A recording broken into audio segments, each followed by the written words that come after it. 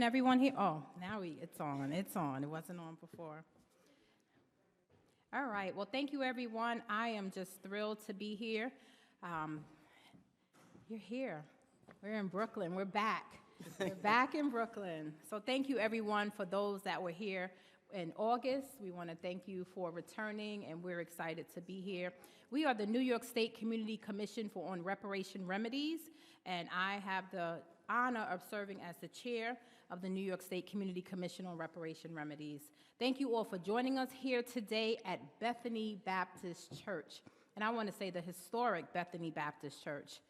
I'm going to open this public hearing on the beginning with a honoring the ancestral homelands of the Canarsie, a Lenape band of the Munsee-speaking Lenape Delaware Nation. The Canarsie people lived and cared for this land long before European colonization, including what is now known as Brooklyn. We know this land as Canarsie. They were among the first indigenous communities to face forced removal and displacement from these shores.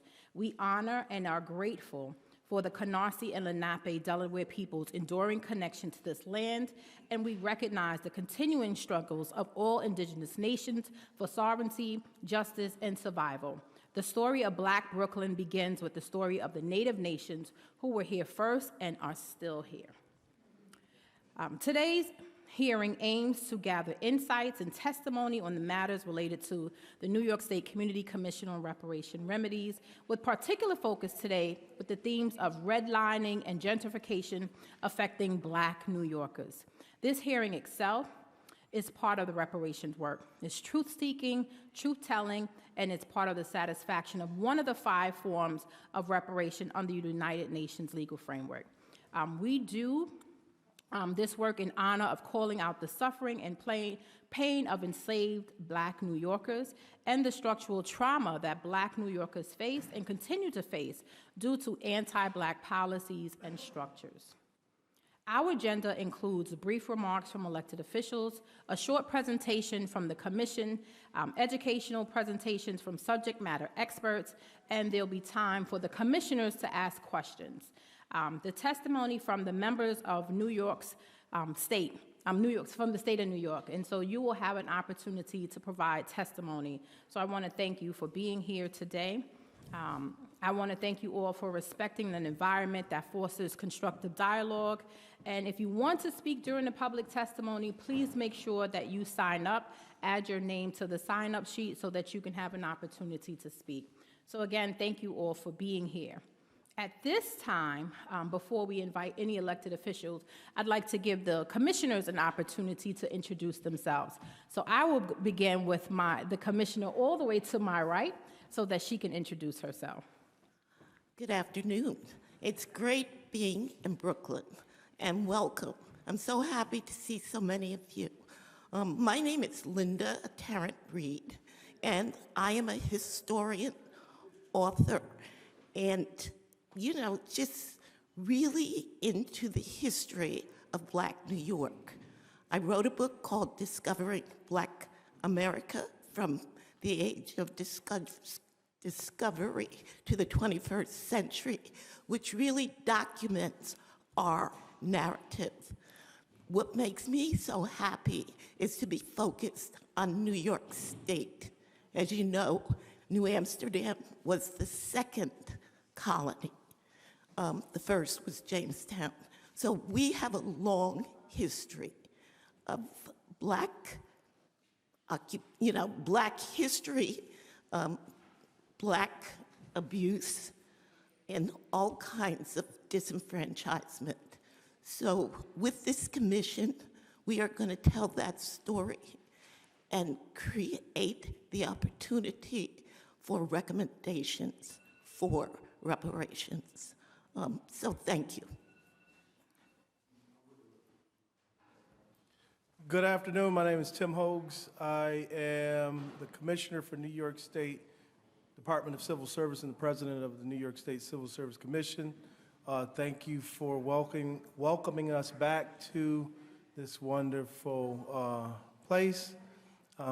We apologize for what happened in August. It was beyond our control with the rain, but I see that individuals are filing in, and I'm excited about that. I learn every public hearing that we have from testimony, and so we are excited to hear from each and every one of you that want to and have signed up to participate in this important work.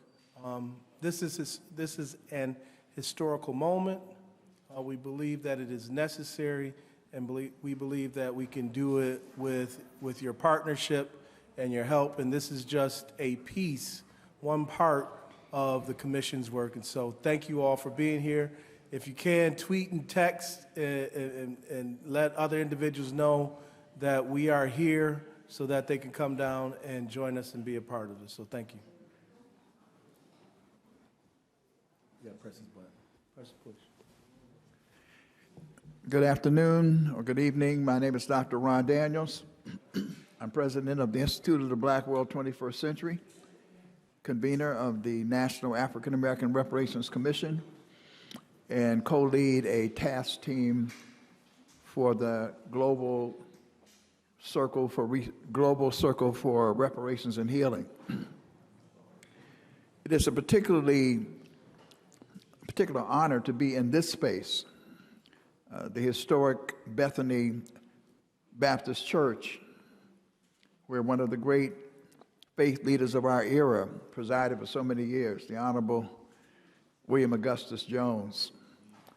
And in my capacity as an organizer and activist, I can recall having some very powerful meetings in this space.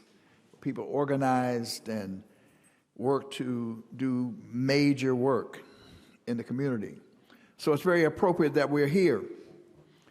It's also appropriate that we're here because of the subject matter, because of the changing nature of our communities, the whole issue of displacing black people and black culture, which is, of course, an appropriate discussion for the whole notion of reparatory justice.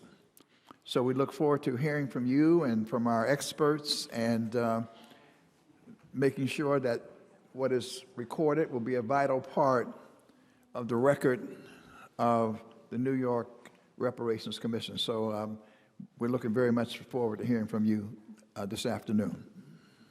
Thank you, Commissioner Daniels. I'll offer myself a brief introduction. First of all, as I said earlier, I get the honor of serving as the chair of the commission, but my day job, I serve as the president and CEO of the Urban League of Rochester, and so proud to be here with you all in my hometown of Brooklyn. So it feels good to be in Brooklyn, yes. When we go around the state, Brooklyn is always in the house, but now we are in Brooklyn, so it feels good. So thank you, Brooklynites, for being here.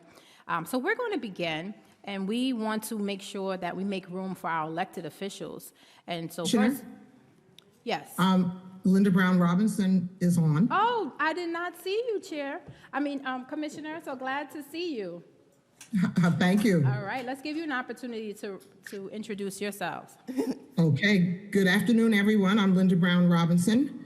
I hail from downstate originally. I was born and raised in New York, lived a short time in Crown Heights section of Brooklyn. So we hope to do some good work, and I hope the weather today is a lot better than it was for our last hearing.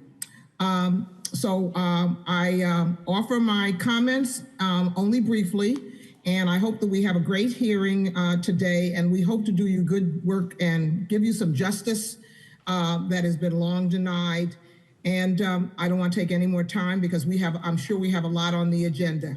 Thank you all. Thank you, Commissioner. Thank you, Commissioner Brown Robinson. We're glad to see you. And so want to make room. We have a speaker from the Office of the Public Advocate of Jamani D. Williams. We are grateful that he did send a representative, so I want to make sure we make room for her. If Veronica Avius is here. Ms. Veronica, are you here? He is coming. Okay, well, we'll make room for him when he arrives.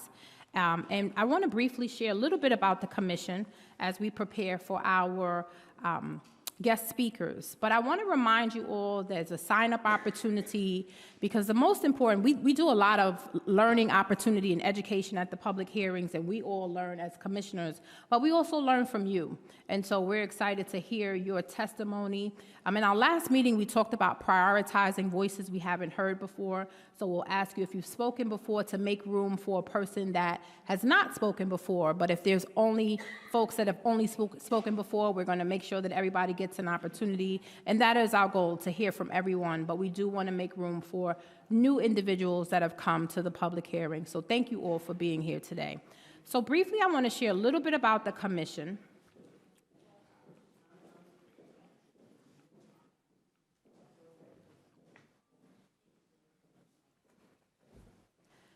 All right. So contrary to what many assume, slavery was deeply rooted in Brooklyn's early history, if you didn't know. In the 1600s, Dutch settlers enslaved both African and indigenous peoples to build the colony of Brooklyn. And that's spelled B-R-E-U-C-K. So, but that's the pronunciation, not like Brooklyn. So, but Brooklyn and the surrounding towns of Flatbush and Gravesend. By the early 18th century, Kings County had one of the highest proportions of enslaved people in the state. More than 30% of the population in some towns were enslaved. Enslaved labor built roads, farms, and foundations of the neighborhoods that we know today. Now, across the East River, the New York City slave market operated at Wall Street and Water Street, but Brooklyn had its own sites of bondage and resistance. Enslaved Africans were sold at public auctions, worked at farms along the waterfront, and resisted through flight and rebellion. Brooklyn later became a center of Black self-determination, home to free Black communities like Weeksville, founded in 1838 by formerly enslaved people who sought land, safety, and autonomy. Weeksville remains one of the most powerful testaments to Black freedom dreams in New York's history.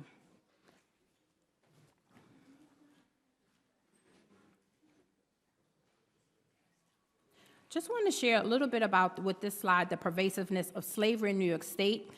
Here we have what you see, this excerpt of the 1800 census in New York State, illustrating the pervasiveness of slavery in the northern state. In 1799, New York passed legislation for gradual abolition. Abolition wasn't fully implemented in New York until 1827. Now, this census document that you see shows how New York counted enslaved persons under the 3/5 clause of the Constitution, which enhanced Southern political power and is one example of the North's continued complicity in the institution of slavery. Just quickly want to share this slide about Emancipation Day. It shows the horror of the slavery contrasted with the aspirations and the visions of those that were enslaved, with their vision of freedom, including payment for work, public education, home ownership, very much like what we're talking about today. I want to share this slide here about the federal level. You've all heard about H.R. 40, which was established as a national commission to study and develop reparation proposals for African Americans. And it was first introduced in 1989 by Representative John Conyers, Jr., and has been introduced to Congress every year without passage. As a reminder, California became the first state to establish a statewide reparations task force in 2020, with their final report introduced in 2023. And this map shows just the reparations actions that have been taken across 11 states and 22 localities across the United States.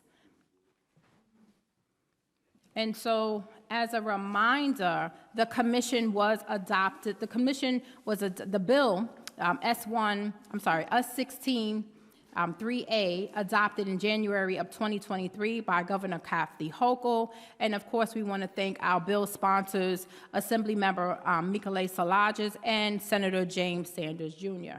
And the commission was established in December of 2023. And if you want to read the legislation, you can go to our website, and it is newyork.gov /reparations. And here are our core mandates here. And to research economic, social, and political impact of slavery and structural discrimination on Black New Yorkers from 1626 to present day, determine who's eligible for reparations, hold public hearings to gather community input, and if you want to make testimony today, please sign up at the desk, and develop a comprehensive report outlining the harms and reparative measures, recommend policies and programs and restorative payments, and coordinate with the local, state, and national collaborators to ensure that we have alignment with broader reparations initiatives. And so on the screen, you see all of our commissioners, and I want to just list them all. And I'm going to make room for one of our commissioners who walked in, to make room for her to introduce herself. So I'll hold her last. But you've already met Linda Brown Robinson, Laurie Daniel Favors, Dr. Ron Daniels, Dr. Derek Hamilton, myself, Timothy Hogues, Dr. Deborah Jenkins, who is our vice chair, and Linda Tarrant Reed. And I will make room for our commissioner, Jennifer Jones Austin. So thank you. Push the button. Thank you, and good afternoon to everyone, and my apologies for being late. I am, as we all are about the business, and so I had some business before this business for the people, for the community, and that's why I'm late. I'm honored to serve on the commission alongside my fellow commissioners, and I am delighted. I'm thrilled. I am excited, yes, to be home. Bethany Baptist Church is my church home. The pastor, Reverend Adolphus Lacey, is my pastor, and the late Reverend Dr. William Augustus Jones Jr., who saw fit, goodness, I guess now going back nearly 60 years ago, to erect this edifice, is my daddy. And so when I come, I'm always delighted to just feel the warmth of the community. And this has been, if it wasn't said, perhaps Dr. Daniel said, Bethany Baptist Church was the epicenter for the civil rights movement and social justice work in the church community in Brooklyn, New York. It was the home of the Saturday morning Southern Christian Leadership Conference, Dr. King's Conference, Operation Breadbasket, which was the economic justice arm of the Southern Christian Leadership Conference. Dad served as chair at the New York level and then at the national level of SCLC and Operation Breadbasket. So the place in which we sit is all about justice. It's about faith-based justice, and the work that we do as Reparations Commission members is about justice. And we know that our faith is rooted in it, whatever our faith may be, but this belief that we all have a right to exist and thrive, and that people of African descent have for far too long been denied that right.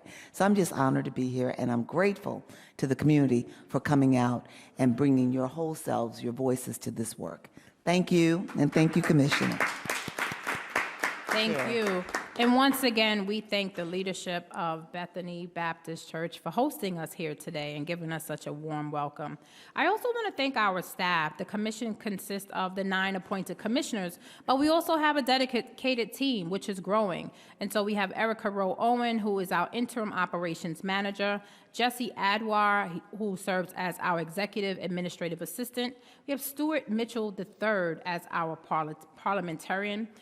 Words Warriors is our communications team. Policy Studies Associates serve as our historian and policy analyst teams. And so we want to thank the staff, and we're continuing to grow our staff. If you want to learn more about the staff and that we're hiring for, they're actually consultants.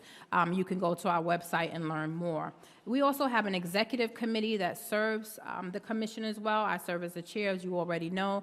We have Dr. Deborah Jenkins in her absence, but she serves as vice chair. Linda Tarrant Reed serves as secretary, and you've already heard from Jennifer Jones Austin, who serves as our treasurer. So I want to thank the executive committee for their hard work, and we appreciate the work they do on behalf of the commission.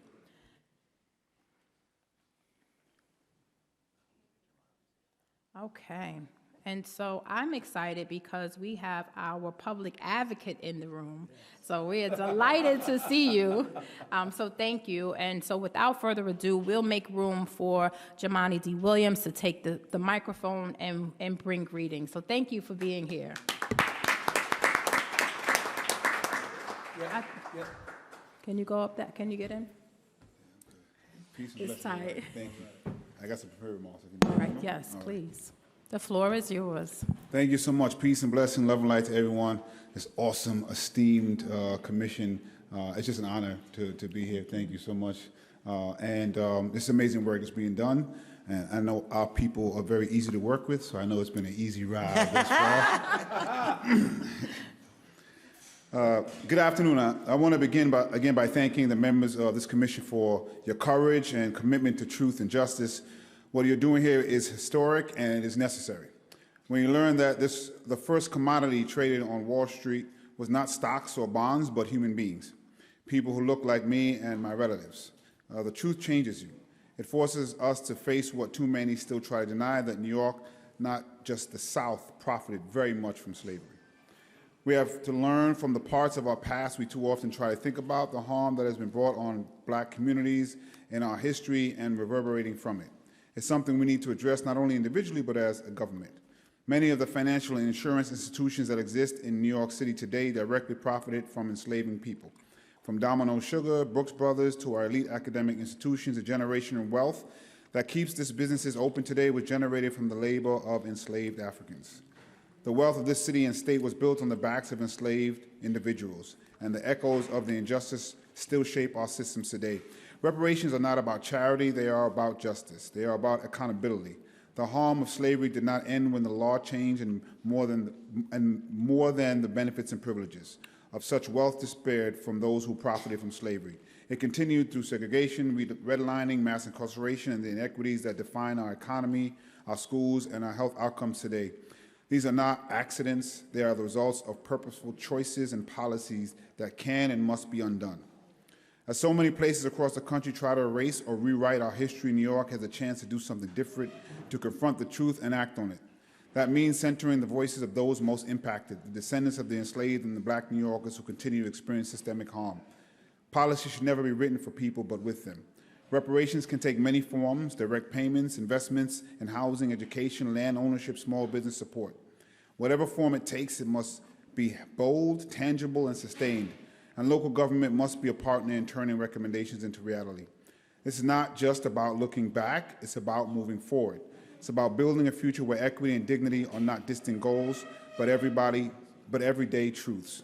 When we repair the harm done to black people, we repair our collective humanity. And remember, the U.S. government has paid reparations in the past to the people who were enslaving. The District of Columbia Compensated Emancipation Act paid $300 per person to slavers, not to the people who themselves were enslaved. That is the work that is before us, and it's work we can do together. Those are my prepared remarks. If I can just add, there's a lot of going on around the discussions, and frankly, a lot of folks arguing about money that's not even here yet. What I hope is that we can at least get people on the same page saying that reparation is something that's needed and necessary. I also know that, whether it's American descendants of slaves or Foundation of Black Americans, there's a big concern about who's in the front making these decisions, who gets the check.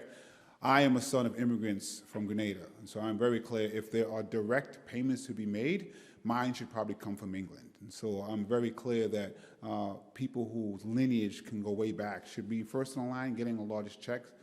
I am concerned, I would say, of how you define who can show and prove that lineage, because there's a problem there.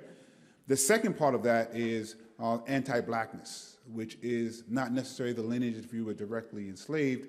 Anti-blackness from the inception of this country has been here and impacts all black folks who are here. So I think there has to be a conversation not just about direct payments, which are deserved, but the way we make the communities whole, whether it's developmental aid, restorative justice, structural reforms that can be made and should be funded to make sure our schools, our hospitals, all of the institutions that make people whole in our communities get the resources that they need. So I think there's different parts that we have to look at to make folks whole who can directly show their lineage, who should, as I said, be in the front of the line. If there's checks, at least get the biggest ones, but there has to be some restorative, structural, and developmental aid that I think has to go to make sure we compensate for the anti-blackness that has occurred because of the slavery and just that is ingrained in this country from the beginning. I often say that if our quote-unquote forefathers woke up They would say, I'm not sure why you have women voting or why you have a black president, but other than that, you did a pretty good job of pushing forward the systems we put forth. And to me, this is about really trying to change that and make sure that we understand the communities. And people sometimes try to use individual success to downplay communal impact. But the communities that are mostly up and the communities that are mostly down are very, very intentional and goes right back to that. So thank you to the enslavement of Africans. So thank you so much for giving me an opportunity. I know you have a very, very hard job to do. Thank you for doing it. It is important, and I'm honored to be here with my colleagues in government, Assemblymember Zinnemann and Senator Jabari Bridgeport as well. Thank you so much. Peace and blessings, everyone. Thank you. Go ahead. Last thing I always try to make sure I mention, because people hear different things. Whatever color, religion, faith you are, it's important to know that none of us created this. We were born. And I think our job is to make sure, none of us created these systems, but our job is to change it for the next generation that has come. So nobody here alive is responsible for having created this.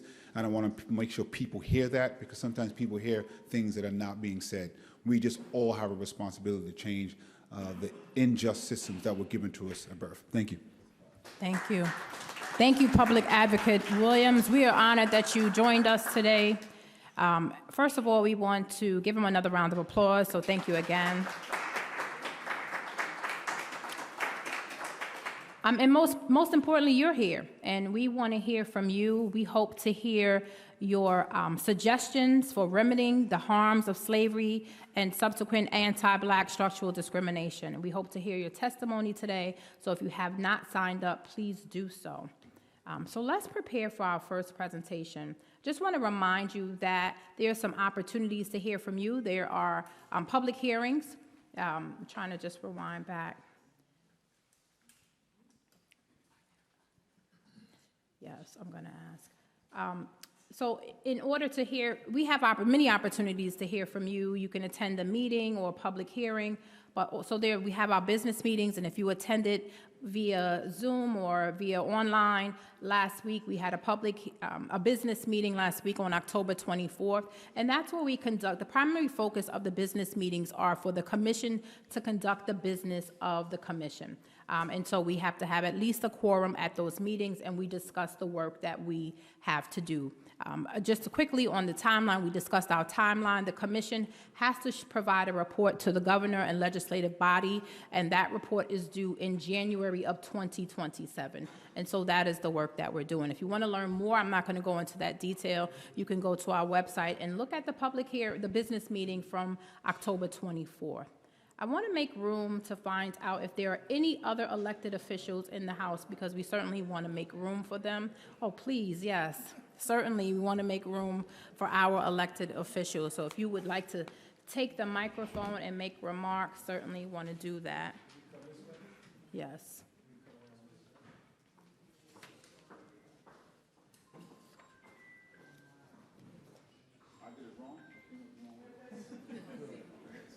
Your way is always the right way. Okay. Yes, yes. Hello, how are you? Yes, thank you. Good evening, everyone. How are you? How are you, family? It's great to be in this room with this panel having this discussion at this time. I am New York State Assembly Member Stephanie Zinnerman. I represent Bedford-Stuyvesant and Northern Crown Heights and what we call the People's Republic of Brooklyn, but this is the Vibrant 56, so welcome to each and every one of our commissioners and those of you who have joined us online and in person to advance this work, this necessary work. I just want to share a little bit about my background before I start my remarks, because I think it's important. Certainly, you know, I show up as a Black woman, so you can see that. I affirm that I am a daughter of Brooklyn, a granddaughter of the South, and a great-granddaughter of the continent, West Africa to be specific.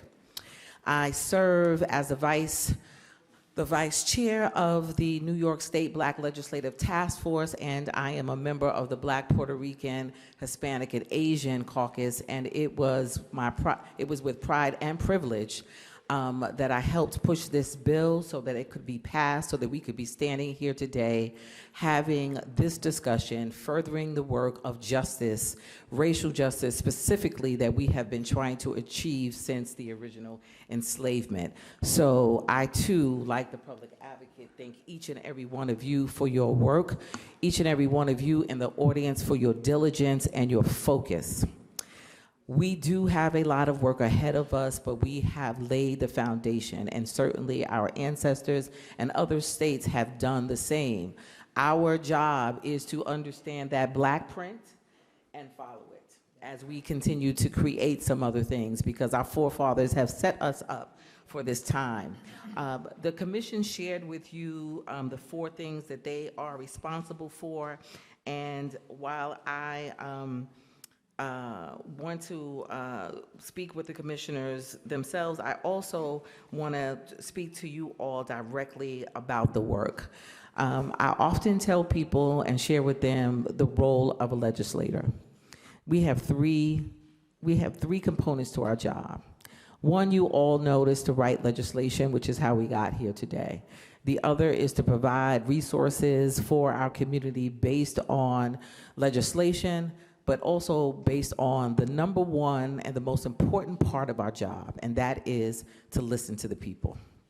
And so for those of you who are here today, exercising your right, sharing your ideas and your voice with this commission, you are doing the work of participatory democracy. We cannot do this work without hearing from each and every one of you, and I'm very happy that you have chosen to do so.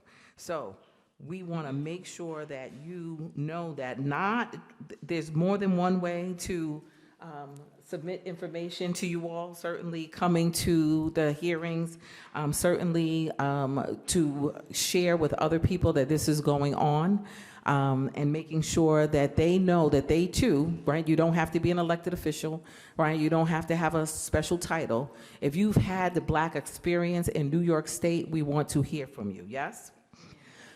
The research that they are charged with doing is going to come from you and your families. We want you to share your history. Go into those family Bibles and documents and understand that there's a blueprint there. I used, because we had different religions in our families, we use the obituaries, right? This is how we find out who lived where.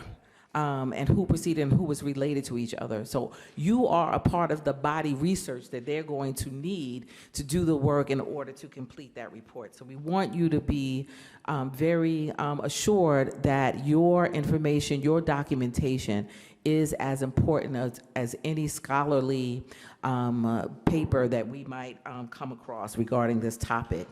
Determine who is eligible for reparations. So I really appreciate the public advocate, Jamani, for being as fearless as you all are and just kind of putting it out there, because this has been a difficult discussion. I've held reparations conversations at Medgar Evers and other places, and there's been disruptions because people disagree about who is eligible for reparations in New York State. What I would like us to consider is that if we affirm that we are people of African descent, then we deserve reparations. We don't have time at this point, while we're in the research phase, to decide who should be at what part of the line. If we affirm that we are Black and we have been harmed by the enslavement, if we've been harmed by Jim and Jane Crow, that we are being harmed by the ongoing scourge of racism, then we all deserve reparations.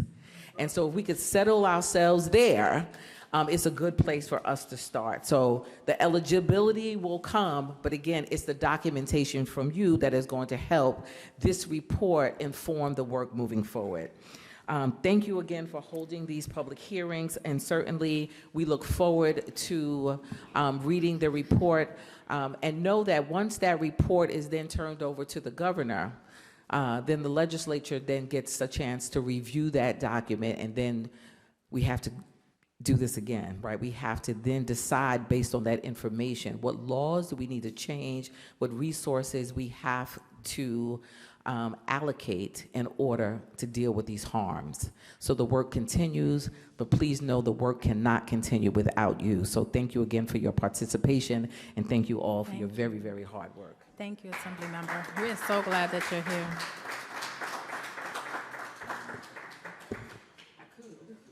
Okay. Yeah. Just really quickly, I mentioned that I'm the vice chair of the task force, and some of you may have been a part of our statewide listening tour that we, I think we have 2 more stops before they're completed. This is the type of work that we are doing to make sure that our communities are whole. And so we procure $30 million to make sure that our not-for-profits, wherever they may be, have funding to, again, they advance the work of helping people of African descent. And so it's important and it's challenging, but it's also daring and courageous in this time because, well, we know what's happening and we know who's doing it, but guess what? We are defying that because we're saying it is our time, the repair must happen. We've put everything in place to make it happen, and we're going to get this done. And so as you follow this, please also support and follow the second decade for people of African descent. The UN has declared a second decade because the first decade, looking at the plight of people of African descent across the globe, we know that racism is alive and well. And the only way that we can eradicate it, as a card-carrying member of the Brooklyn NAACP, we need to also make sure that we are working diligently to eradicate it. We cannot continue to accept it as a fait accompli or just the way it is life in America. There's too many of us who are here who have given blood, sweat, and tears and buried our children along the way in order to make this country as great as some people think it is. But it will be greater when we can all breathe free and live free in this country as Black people. Thank you. Thank you, Assembly Member. We are grateful to you. Thank you. Thank you so much. Yeah, be careful. Next, we'll hear from Senator Bridgeport. We are grateful that he is with us today.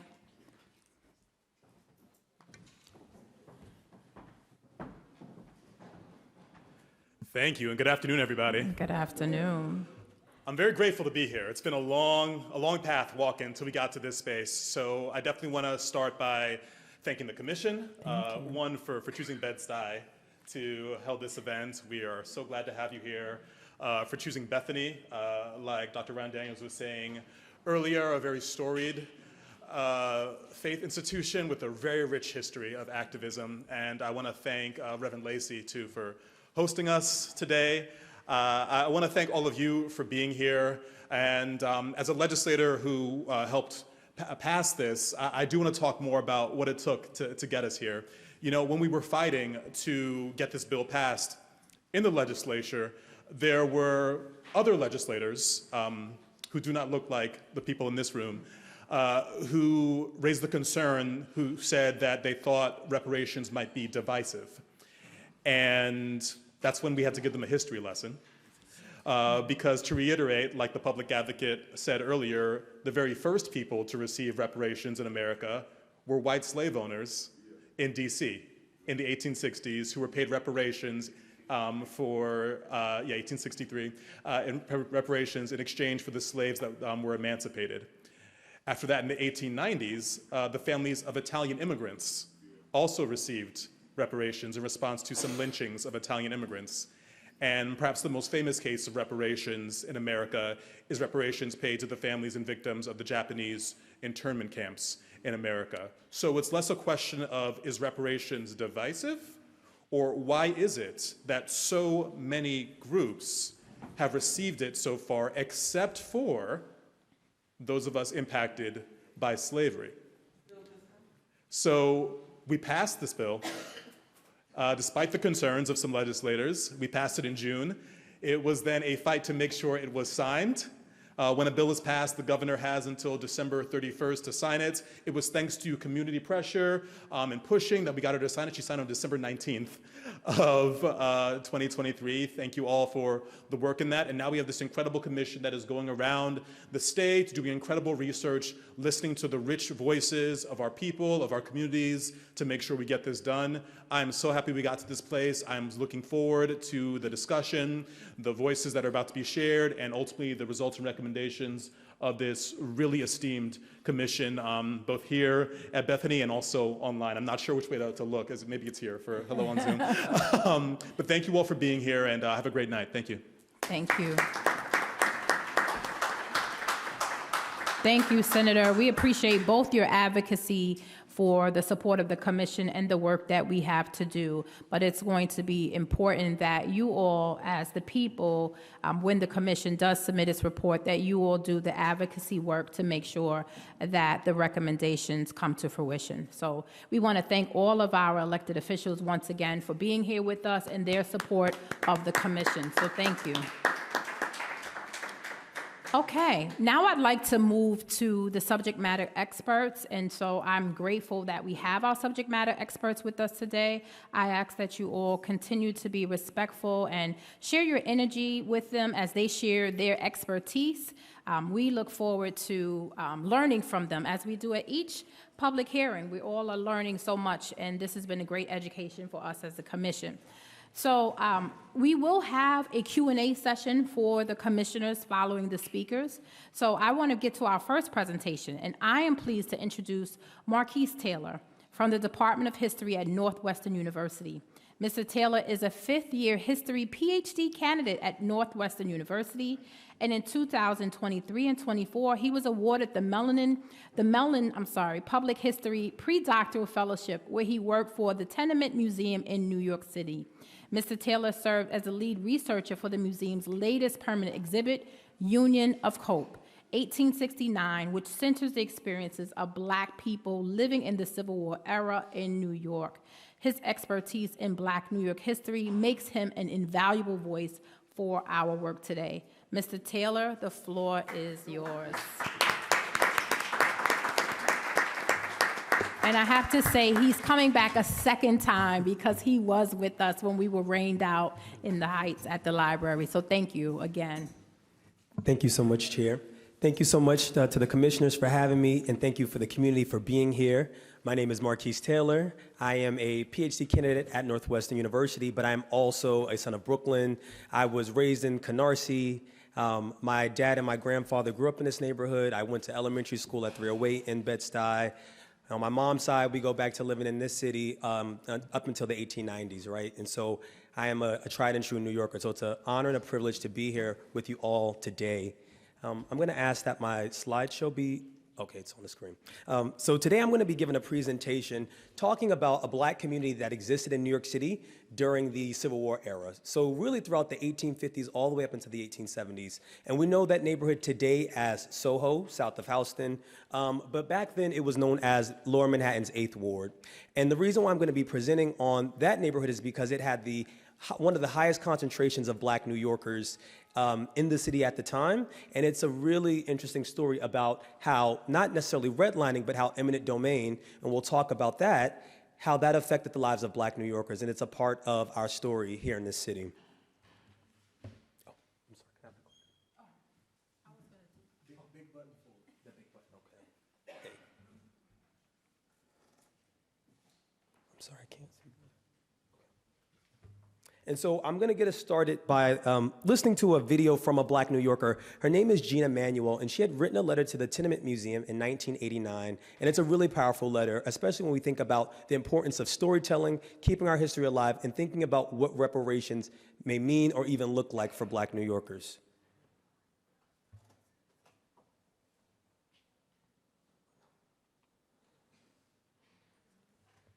Can you play the video?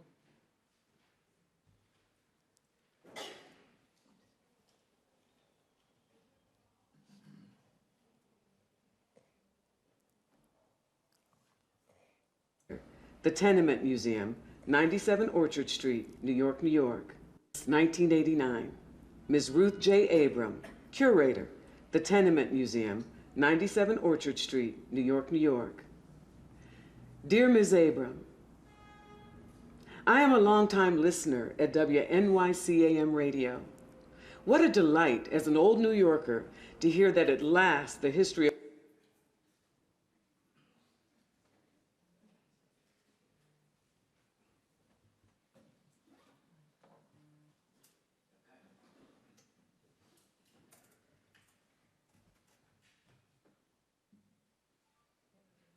my family, 6/1989.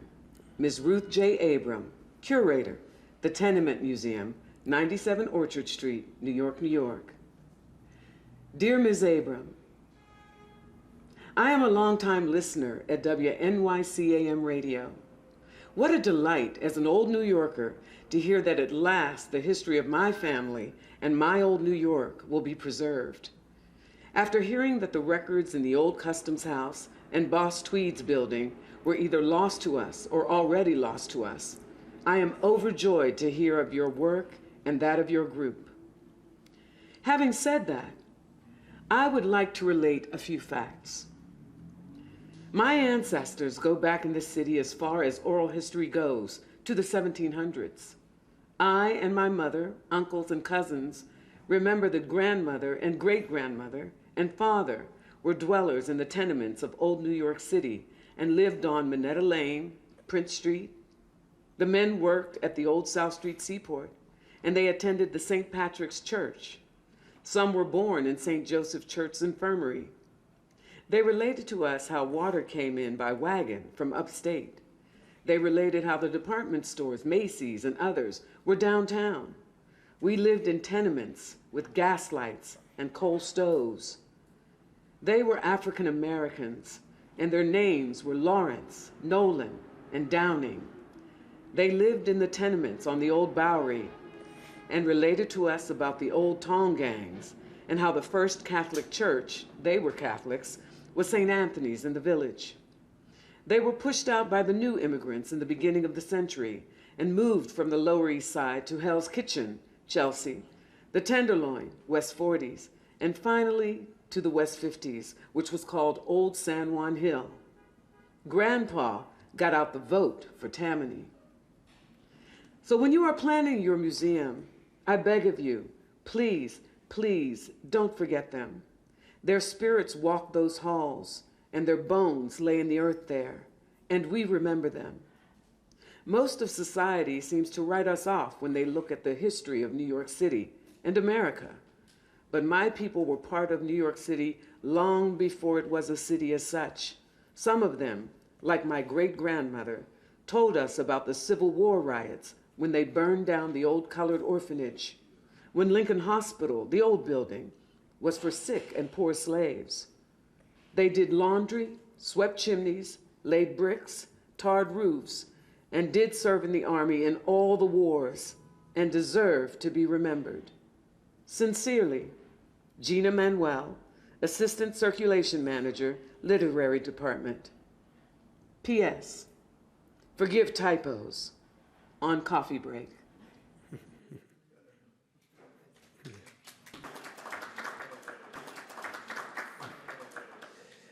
Isn't that a great letter? I like the letter for a lot of reasons. The first is that she talks about the fact that her family has been in this city since the 1700s. Some of the labor that they performed and how the work that they did was crucial to the development of New York City, like it is today. But another thing that she talks about, which is going to be very prominent throughout my presentation today, is this idea of displacement. So Gina Manuel talks about the different neighborhoods that her family had lived in. She talks about the different neighborhoods that her family had lived in throughout the 1800s, right? And the reason why that's really important is because she talks about this history within a 40-year span. She talks about her family living on the Bowery, which is Lower Manhattan, how they then went to Chelsea, right? How they were then in the Tenderloin District, they were on San Juan Hill, and eventually that they got to Harlem. So 40 years, all this displacement that's happening to Black New Yorkers. She names how European immigrants came into New York and how Black New Yorkers were not seen as the landlords were unwilling to rent to African Americans at the time, and that's why they were pushed out. But also, there were things like eminent domain that the municipal government used at the time to push Black New Yorkers out and to have Black New Yorkers removed from the particular communities that they were living in, right? And so we're going to talk about that today. I want to give us a sense of how difficult it was for Black New Yorkers to have housing at the time, right, during the 1860s. We'll talk today about how housing in New York was not legally segregated, that there were no laws prohibiting where Black people can live. However, there was a culture of racism that prevented Black people from living in certain areas. And that's why you'll have pockets of Black people living in highly concentrated areas, one of them being Soho, which we know today as Soho. And so one Black New Yorker told the New York Times in 1869, "We find it so difficult to persuade anyone to rent us a decent place on account of our color. Hundreds of us would gladly pay twice the rent to live in some more respectable neighborhoods." What's really interesting about this quote is actually Black New Yorkers did pay twice as much than regular or non-Black tenants, right? However, we were given substandard housing, right? And I think that's the point that this quote is talking about, right? That Black New Yorkers were not given the best housing and we were relegated to particular parts of the city. We know Soho now to be a very nice neighborhood. However, it was very different in the 1860s. Because it was along the docks, right, there were ideas about crime and vice and degeneracy that really cemented these ideas to that neighborhood. And so much so that that was not the best neighborhood to live in. However, that's what Black New Yorkers were given. And as Black people do, we take anything and we make it something beautiful, right?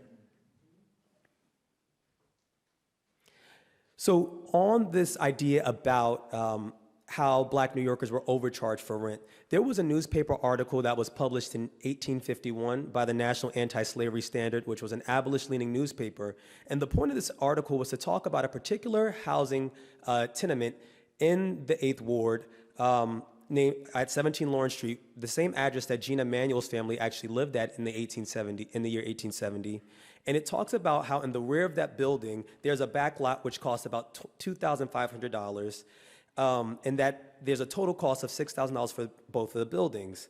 But over time, because Black New Yorkers were charged on an average $7 rent during the 1860s, which is a lot of money, right? And we're going to talk about how much Black New Yorkers were making because of the limited amount of work opportunities. What we can see is that Black New Yorkers from this were overcharged for rent, right? And so the end of this article says, "Here's a clear profit to the landlord of $985 per year above the interest and expense of the building." So what was common for Black New Yorkers to see is that they would be given substandard housing, but they would be overcharged for rent, right?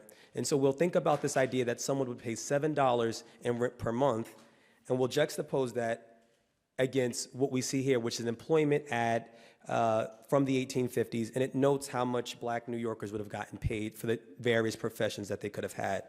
And so if you look at these different professions, you see things like a cook, a housekeeper, a laundress, a chambermaid. For men were typically waiters or coachmen, and this is generally more service-based work. And at the time, the city is becoming very industrialized, and Black men and women are removed from those industries. So Black men and women were intentionally removed from higher earning wages and instead relegated to jobs in which they got paid less, right?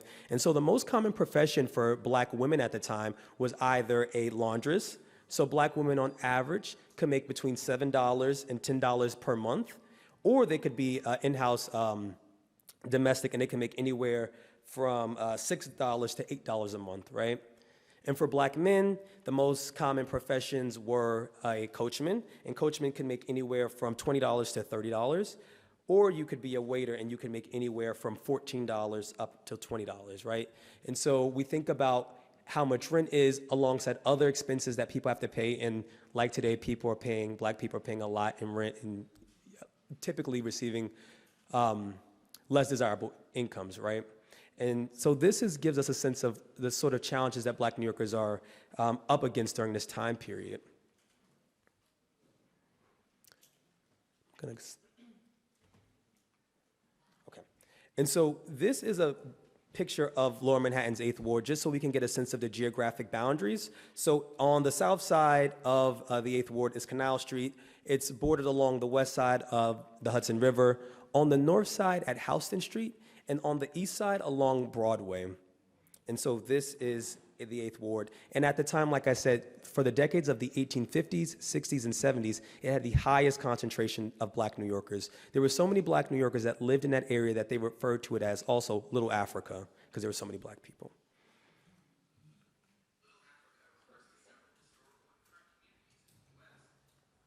Okay.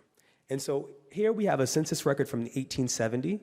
I think it gives us a sense of the sort of geographic and ethnic diversity of a black tenement apartment in Lower Manhattan's 8th Ward, right? And so the highest concentration within this building were people that were coming from the South. So about 42% of people in this particular tenement building came from southern states such as Georgia, Virginia, Maryland, and then about a little bit more than 25% came from New York, right? 26.9% came from New York. We're not sure, based on the census enumerators' notes, of these people were born in New York City or if they came from other parts of the state. As you can imagine, there were greater job opportunities in places like New York than in more smaller, like remote parts of New York, like along the Hudson River and things like that. And so we're not sure if these people are they're specifically from the city of New York or just the state writ large, right? But then the third highest number is about 20%, which come from other northern states like Pennsylvania, New Jersey, and Connecticut. And then about 10% of the people that lived in this tenement building were foreign born, right? And they were about 7% of them were from the French West Indies, which is at this time Saint-Domingue, which we now know as Haiti, Martinique, Guadeloupe, and about 3% were from the Anglophone West Indies, which Jamaica, places like Trinidad as well. So we can get a sense of New York at this time is a very still cosmopolitan and diverse place, that you have people who were born both in this city or in this country, and also people coming from all over a black diaspora, even as early as the 1870s and even earlier, right? I want to give us a sense really quickly of the neighborhood and some of the institutions that were there. If you look at New York Times articles from the 1860s and 70s, they talk about this neighborhood and call it Rotten Row. They talk about it being a neighborhood that's filled with crime, vice, degeneracy, in the same way that, oftentimes people might talk about, people who are not from our communities might talk about our communities today, right? But I want to show the fact that this neighborhood was robust. It had a lot of businesses and different institutions. That this was a community of people who had particular sets of social, political, and economic goals at this time. And so one of the people that I want to highlight is Madam Ann Magnin, who was a teacher at a black public school in the area. And she, in addition to being a teacher, she also taught lessons in Spanish guitar and singing at her residence at 154 Sullivan Street. And here's a picture of her tenement building in 1927. The building is actually still up, just to give us a sense of the fact that, like Gina Manuel said, that the halls that these people walked are still there, right? That they're still standing. Madam Ann Magnin is not a standalone woman, right? There's a conglomerate of black women who are owning different businesses like confectionaries, ice cream saloons, oyster bars at the time, black men who are similarly engaged in similar types of work as business owners and entrepreneurs. Here's a picture of Colored School number 2. The school that Madam Ann Magnin worked at. The school was in Lower Manhattan's 8th Ward, and it was actually described as, by the New York Times, one of the most flourishing schools for colored children in the country, and it noted that the school had about 300 black students. I want to talk really quickly about black schools at this time, just a quick sidebar. Like I said, housing in New York was not segregated legally. There was a culture of segregation, but education was segregated, right? Schools were segregated based on race up until the 1880s. 1873? Okay, thank you. And so that's how long that these public schools were segregated until. But this is really interesting, because what you'll find is that the black schools at the time, they were filled with students, right? Because African Americans made an emphasis on education. Now, students would typically be removed from school when they got a little older to help their families earn income.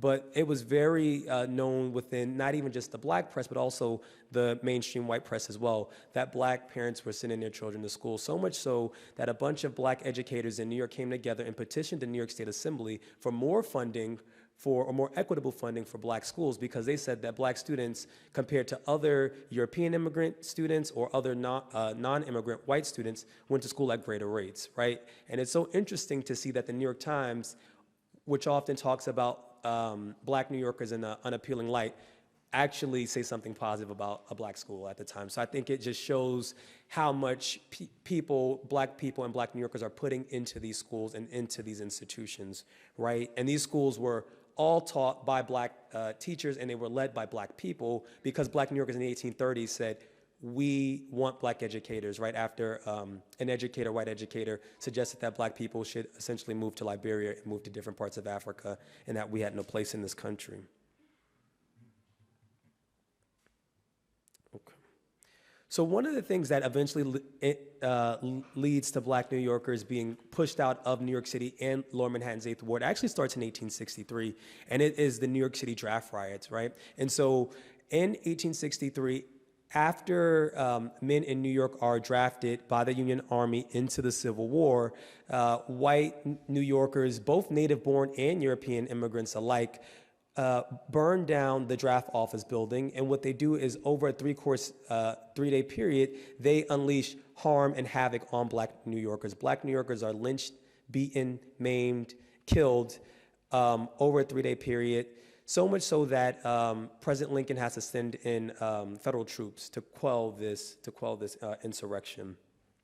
It's estimated from historians that about 25% of black New Yorkers ultimately end up leaving New York after the draft riots, because it was such an egregious moment. They went to places, they were coming to, some of them who had a little bit more money came to places like Williamsburg and Brooklyn. A lot of people went to places like Providence, Rhode Island, or Boston, but they ultimately left New York. So much so that a black newspaper in 1863 urged black New Yorkers to come back, and it says, "Come home. We earnestly hope that those of our friends who have sustained losses and who have fled the country will return immediately to the city, that they may receive immediate aid and reimbursement for such losses." Okay, and so now I want to transition to eminent domain, and how is it that black New Yorkers ultimately end up getting removed from this neighborhood? And so I'm going to give you the sort of textbook definition of eminent domain, which is the government's legal power to seize private property for public use, such as building infrastructure like subways, highways, bridges. This process is often to support urban development and revitalization projects, that's gentrification, right? People have seen that. I'm sure I've seen it in my lifetime in this city. People have seen it in their lifetime with the erection of things like highways and with people like Robert Moses. But during the 1870s rather, this was used to ultimately get black people out of Lower Manhattan's 8th Ward to further expand the city's infrastructure. And so what you have in 1870 is that the aldermen essentially come together in New York, and they say that we want to improve the flow of traffic from Lower Manhattan to Upper Manhattan. So we're going to create a larger thoroughfare, which means that they're going to take Lawrence Street, right? That's the same street that we've been talking about. It's a part of the 8th Ward, and we're going to expand it. And so expanding it means that they have to demolish hundreds of houses or tenement apartments along Lawrence Street. And so they do so. And there are different newspapers that capture this. One of them is the New York Herald, which says, "One of the city's bookeries raised, sunshine and air to get a chance in the 8th Ward. The widening of Lawrence Street, what has been done and what will be done." And so many people outside of the community, but within the mainstream white press, thought about this expansion to the city's traffic a thoroughfare as something that was a necessary thing, right? People believed that for the city to improve, it meant that black New Yorkers had to be displaced from their communities, from their homes. Whereas, as we can imagine, the city planners could have done the same thing, let's say, on Fifth Avenue, right? They could have done the same thing on Third Avenue. However, those communities were composed of more elite people. They were composed of white people, and so that is why those neighborhoods did not get touched. And Lawrence Street in particular it was eventually raised, and the tenement apartments along Lawrence Street were demolished. Here's another newspaper article that talks about Rotten Row is no more, the widening of Lawrence Street having utterly demolished it. And again, just to affirm this fact that at this time, the mainstream press, the New York Times, the World, the New York Daily Herald, they saw this right outside of this community as something that was necessary. What ended up happening with the expansion of this neighborhood is that proprietors of the building actually got money. The city paid about $60,000 to the proprietors who had tenement apartments all along Lawrence Street. So all white people, none of the people that lived on Lawrence Street were black homeowners because that neighborhood was composed of working class people. $60,000 in today's money is about $1.5 million. And so people who actually, it's so interesting, when I was doing the research for this presentation, there were people who were receiving checks who were like living in London, right? Because they owned property in this black neighborhood and they were not even living there. They were living their own life, right? And just to show you the fact that people were benefiting at the same time that our people were losing out on so much, right?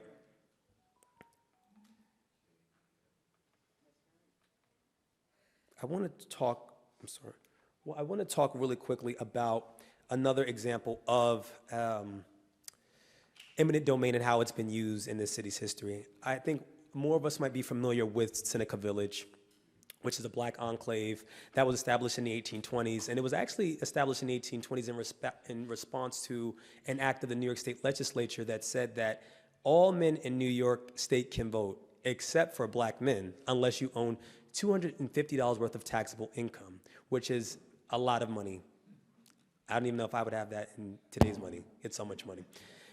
And so black New Yorkers who had a little bit more of a stronger financial background, people who were businessmen and women, bought these houses in Seneca Village. They also bought houses in Weeksville. Weeksville is another community that was created in response to that law. Sandy Grounds on Staten Island is another black community enclave that was started in response to that law. And so Seneca Village is a black community. It is now where Central Park is. And it was the same thing. In 1853, when the city decided we want to build the greatest park in the city, we want to build Central Park, those people, right, in their neighborhoods, they were ultimately removed from their communities. And Seneca Village, like Lower Manhattan's 8th Ward, also had several businesses, institutions, churches, right?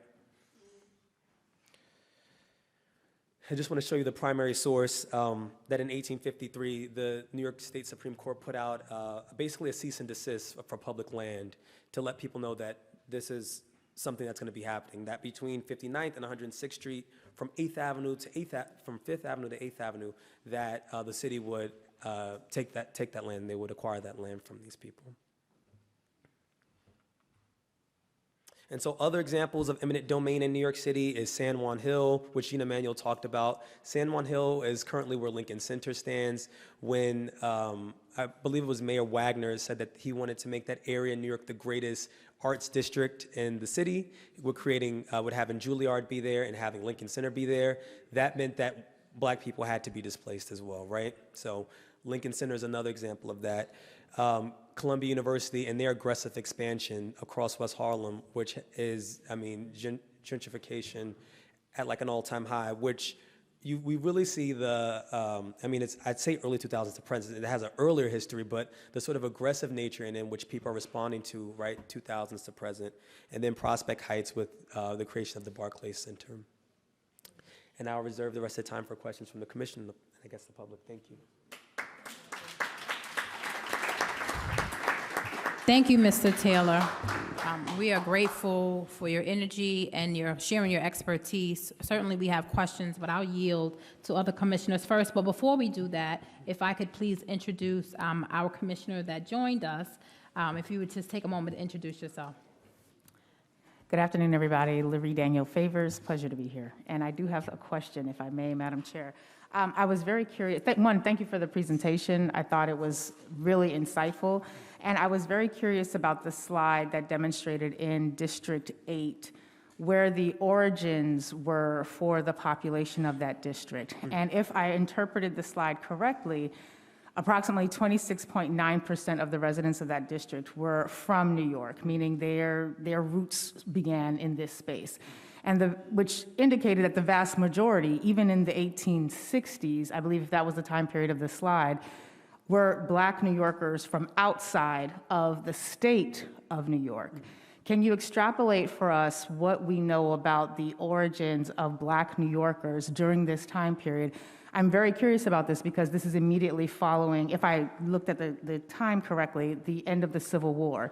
So if in this district, nearly 75% of the Black residents were not native New Yorkers, what do we know about the origins of Black New Yorkers outside of that particular district? Because I think that's extraordinarily pertinent to our work. And so thank you for that question. So what do we know about Black New Yorkers at this time that are from New York City and New York State? It's a really sort of interesting dynamic, right? Because you have people like, let's say, people like Gina Manuel's family, right, who we started with, who in the 1870s, her family had been here for about 70 years. So there's a very long history of people actually being from New York, or the New York, at least, area. But then also, too, there's also a strong influx of people who have come to New York City, particularly between the decades of the 1790s, 1800, and 1810, from the French West Indies. Because the Haitian Revolution was one of the largest revolutions in the Atlantic world, we do see a significant population of people coming here from Saint-Domingue, which is Haiti, from Martinique, and from Guadeloupe, because as you can imagine, race was a little different in the French Caribbean. You have maybe Black people who were a part of a petite bourgeoisie class who was concerned about the fact that insurrection might mean that they might be murdered in the revolution, so they came to New York. But then you also have a significant population of white enslavers who are bringing their enslaved people to New York as well. So it's complicated in that regard, because it's like, when do we talk about the origin of these people, right? Like I'm saying with Gina Manuel's family. I mean, because her family, like she said, they can go back to the 1790s, but as well as her family, they also immigrated to this country, some of them. And then I'm sure some of them have origins probably in other parts of this country as well. But we do know that have been a strong Black community in this city that have been here from Dutch occupation, right? And a lot of those people who, let's say, were not enslaved were maybe able to maintain their residence in New York. But as you can imagine, with people who were enslaved under Dutch law or even English colonial law, you go wherever your enslaver goes, or you'll go wherever the slave market takes you. So it becomes complicated to like really pinpoint a number and aggregate it, because Black people are moving so much in transit, whether it is that they're trying to make sure that they are not taken into slavery, like free Black people taken into slavery, or whether they are enslaved Black people in New York and their enslaver wants to send them somewhere else or sell them somewhere else. Let me know if that answers your question. I'm sorry. Just as a follow-up, would it be a mistake to take from your data an understanding that the present levels of diversity that we see within the Pan-African community, both here in New York City and New York State, it seems, if I'm hearing you correctly, that's not a new invention. That's something that has always been a fundamental part of the Black experience in this state. Is that accurate? I would say undoubtedly. And I think that Black New Yorkers, you know, people talk about in primary sources the fact that there is this sort of diversity, right? You have a lot of Black people. So at a certain point during the antebellum period, New Orleans is one of the largest slave markets. Some free Black people make their way to New York, and they talk about the fact that they're in Black Catholic churches with people from Saint-Domingue, right? That there is this sort of diversity that exists in New York at this time. And so I would say it's representative. This is from a particular building, so I don't want to say that it's arrogant for the entire community, but I think that this building and other buildings in this neighborhood as well reflect the same thing, that you will have a mix of people, that there are Black people from the West Indies, and that there are Black people from the South, that there are Black people from other parts of the state coming to New York during this time as well. Thank you. I have a question. We all have questions. Well, great. I'd like you to talk a little bit about James Weeks. He is the founder of Weeksville, and we're in Brooklyn, and he founded and established Weeksville in 1838 and created this incredibly thriving community. The first Black policemen, school teachers, all kinds of wonderful people who contributed to Black culture and history. Yeah. And so what I'll say about Weeksville, and thank you for that, because I mean, you hit it the head on the nail. Weeksville was a thriving black community. It was started by black men, and James Weeks is from Virginia, so he's a black man who has origins not in this city, but he comes to New York City, as a lot of people do during this time, because they believe that it's would be more economically prosperous for them. He starts this community for black New Yorkers to own property, right? And it's in response to this law that says that black people have to have taxable income, and that there are few places in which black people can do that. And so what's interesting about Weeksville and about even Seneca Village is it all starts from white people saying, this land is not really advantageous for us, and we'll sell it, right? And then what you have in response to that, people create this. So Weeksville has this really robust community. Black schools are there. In Brooklyn, they call them, in Manhattan, they call them the colored schools. In Brooklyn, they call them the African schools, black schools essentially. All different types of churches, AME Zion Church, Black Episcopal churches. And what's really unfortunate about the story about Weeksville, and we know this because it was rediscovered, right, in the 60s or 70s, is that essentially, as Brooklyn expands, right, and we're talking about expanding during the turn of the 20th century, the same thing sort of happens with gentrification, that black people essentially get priced out, and that this neighborhood is not even seen as something that is worth keeping, not in our eyes, as in our communities, but by city planners and by other proprietors who don't see this as something necessarily valuable. And I believe that there's just 3 buildings of Weeksville that still stand. But it's an important, I would say, testament to the fact that black people were in this city owning property, landowners. Like I said, Weeksville is one example, Seneca Village is another one, Sandy Grounds is another one that's out on Staten Island. Thank you. Thank you. Okay. So I think it's important for us to note that eminent domain is law that is not exacted upon people in communities of color only, right? It is the law of the land of New York State, the nation, and it has impacted white communities as well. But what you're speaking to is perhaps the disproportionate impact upon black communities. I raise that because I think about, as we begin to think about, how we've been impacted, to what extent, and what reparations may be available or should be available, there would be the legal challenges, quite possibly, that, well, you're talking about reparations for eminent domain for black communities, but what about white people who have been impacted as well in their communities? If you take, say, Prospect Heights, just as an example, there are many white families who lived in Prospect Heights when they decided to build the Brooklyn Atlantic Yards and Barclay Center. Have you seen examples? And I'm just raising because we have to be concerned about the legal challenges. Have you seen in your research, have you come across examples of where we have been centering on eminent domain as it has disproportionately impacted black households, black families, where there have been actions taken that have held up? Have we seen that yet? And thank you for your question and also that clarifying point. Yeah, so I do want to emphasize that in this presentation, I was talking about the disproportionate amount, particularly within Lower Manhattan's 8th Ward, that on that block as well, there were white people, but there was an overwhelming majority of black people. And I think that that's sort of the logic that went behind choosing Lawrence Street in particular and not another street, right? Because as you can imagine, in Manhattan, you have all different types of avenues that you can place people, or that you could place a thoroughfare through, but Lawrence Street, right, because they're tying it so much to this idea that it's Rotten Row, and it's Rotten Row because it is has a lot of black people in it. That, that's why it was chosen. But to your question about have I seen this in my research, I've not seen and because my research is the late 19th century, too many people making these particular claims about eminent domain, and largely because in this case with this research, the people who have their properties or their apartments taken away from them are not land-owning people. These are people who are renters, and so they don't have the same sort of legal basis to make these claims.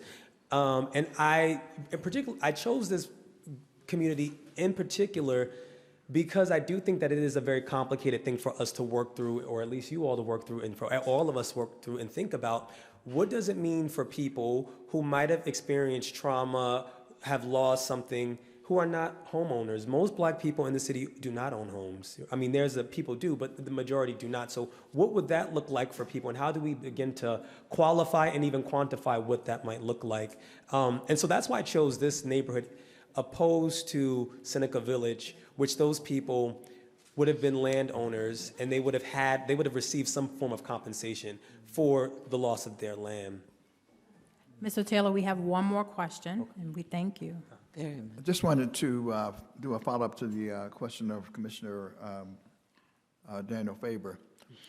In relationship to the composition of the 8th Ward, you talked about the Francophone or the French-speaking people who came, but you also noted that there was a significant number of people who came from the Anglo side, right, from Jamaica and places like that. So I guess my point is that they were in this community, they were in this 8th Ward, and so therefore they were subjected to the same discrimination, the same harsh treatment as those who were native-born or those who migrated in. Is that fair to say? Yeah, undoubtedly, I agree. And I mean, I think today, like in the past, it would be hard for people to discern, right? So people are all vulnerable, all Black people are vulnerable to anti-Black violence, prejudice. So much of early New York City Black history that you would even think about, a lot of these leaders within the Black community, like I'll talk about, like a man like Charles Reeson, who was a leading Black educator within the colored school system. He was a man, he was born in New York, but his parents were from Guadeloupe. I mean, there's so many people who are coming from all over the Caribbean, I mean, and you know, in this country as well, the South we know, but these people are also a part of the community, and we're subject to the same racial discrimination and anti-Blackness at the time as well. Thank you, Mr. Taylor. We appreciate your presentation and you sharing your expertise with us. Thank you. Awesome. Thank you. Thank you. Let's give him another round of applause as we prepare for our second speaker. So next, I'd like to introduce Mr. Michael Partis. And so Mr. Michael is an executive director of the Red Hook Initiative, a Brooklyn organization facilitating social change through education, youth development, and local hiring. He previously served as the executive director of the Bronx Cooperative Development Initiative and director of the South Bronx Rising Together. He's also the co-founder of the Bronx Brotherhood Project. His academic career includes serving as a professor at CUNY Borough of Manhattan Community College, CUNY Brooklyn College, and Long Island University. His courses include African American history, cultural anthropology, and urban studies. Mr. Partis, the floor is yours, Mr. Partis. And I apologize for the mispronunciation of your last name, if I have.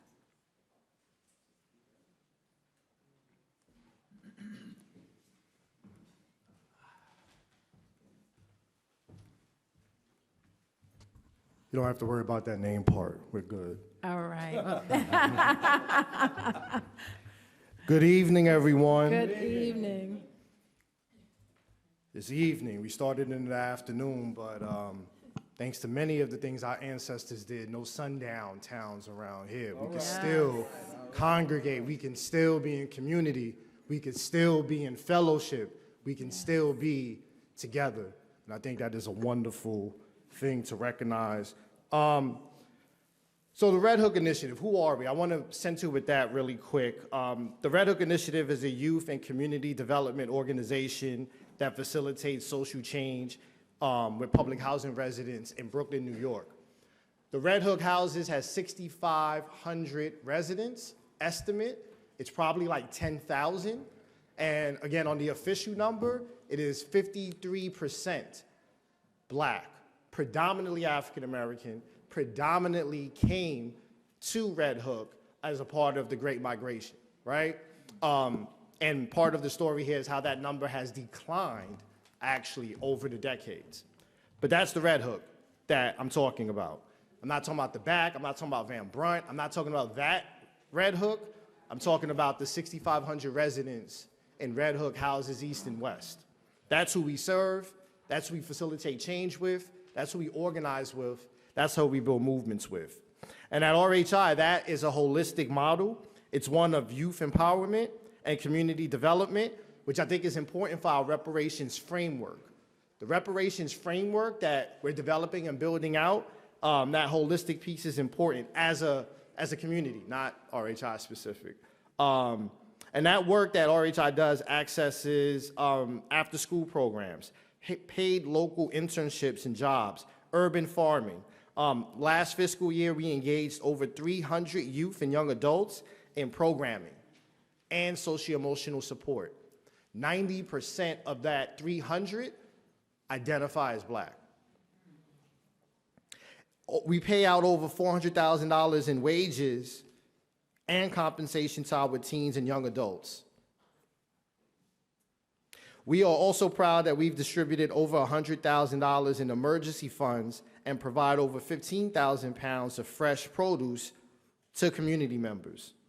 And in fact, last month, the Red Hook Initiative announced our 2026 Red Hook Initiative Community Scholarship, and that's a $1,000 investment into the 529 plans of every kindergarten student in a district or charter school who lives in Red Hook, Brooklyn. And this scholarship is the first of its kind in a Brooklyn NYCHA, and it's a powerful investment in Red Hook's future.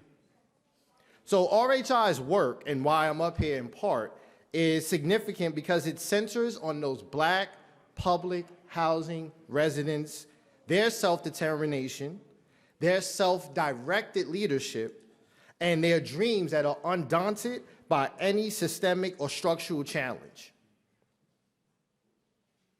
But this type of self-efficacy, community leadership, and as we say at RHI, bold hope, this is something I'm personally familiar with. I'm a Black New Yorker, if you couldn't tell. I was born in the Bronx. I was raised in government-subsidized housing by my grandmother, whose union job as a home health aide raised 2 generations of Black New Yorkers. And she raised those Black New Yorkers through the deindustrialized 1970s. She raised that family through the drug economy of the 80s and 90s, and she continued until her dying day to support me and my sister and my family through the neoliberalization of political economy in the 2000s. That Black girl magic. But also, more simply, I come from a family that is intimately familiar with public housing in particular. Not just my job and the title and the things I said and the things we do. But I grew up in Castle Hill houses as a child. My father grew up in Brownsville houses and Pent Wortman houses. The structural inequality, the systemic inequality that in a day job we're trying to address as a room of people today as a community, we are building a movement to repair and restore.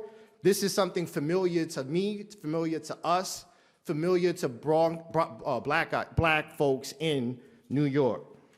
And so RHI, as an organization, recognizes what types of injustice, what types of systemic issues, and what types of structural problems created the very things that we are trying to overcome. And fundamentally underlined, bold, and highlighted, it is systemic racism.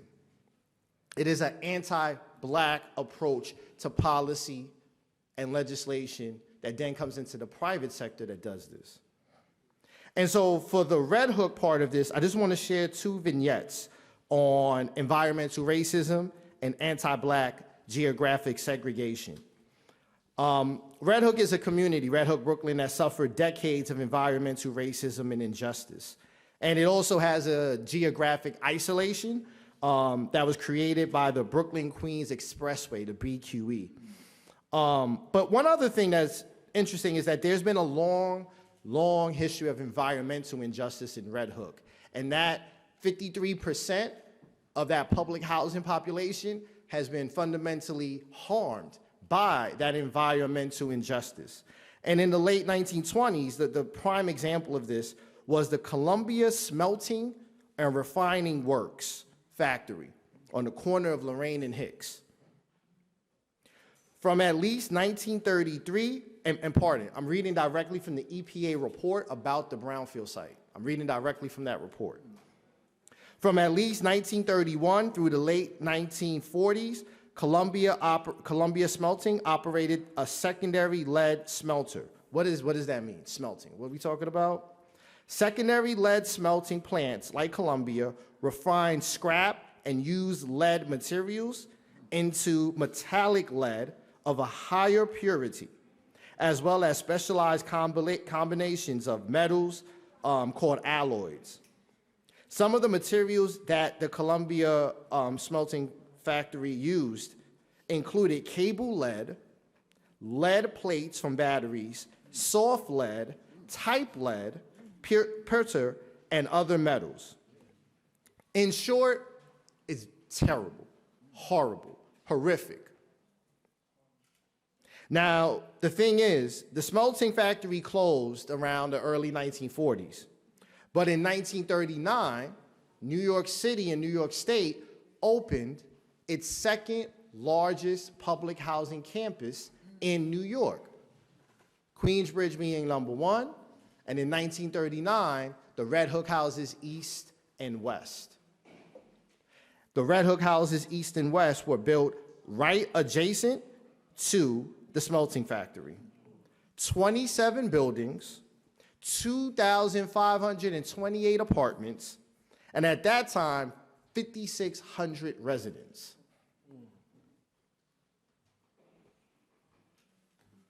So, the smelting factory was 58 acres of lead-poisoned land that the second largest public housing development in New York City was next to, a predominantly black public housing development.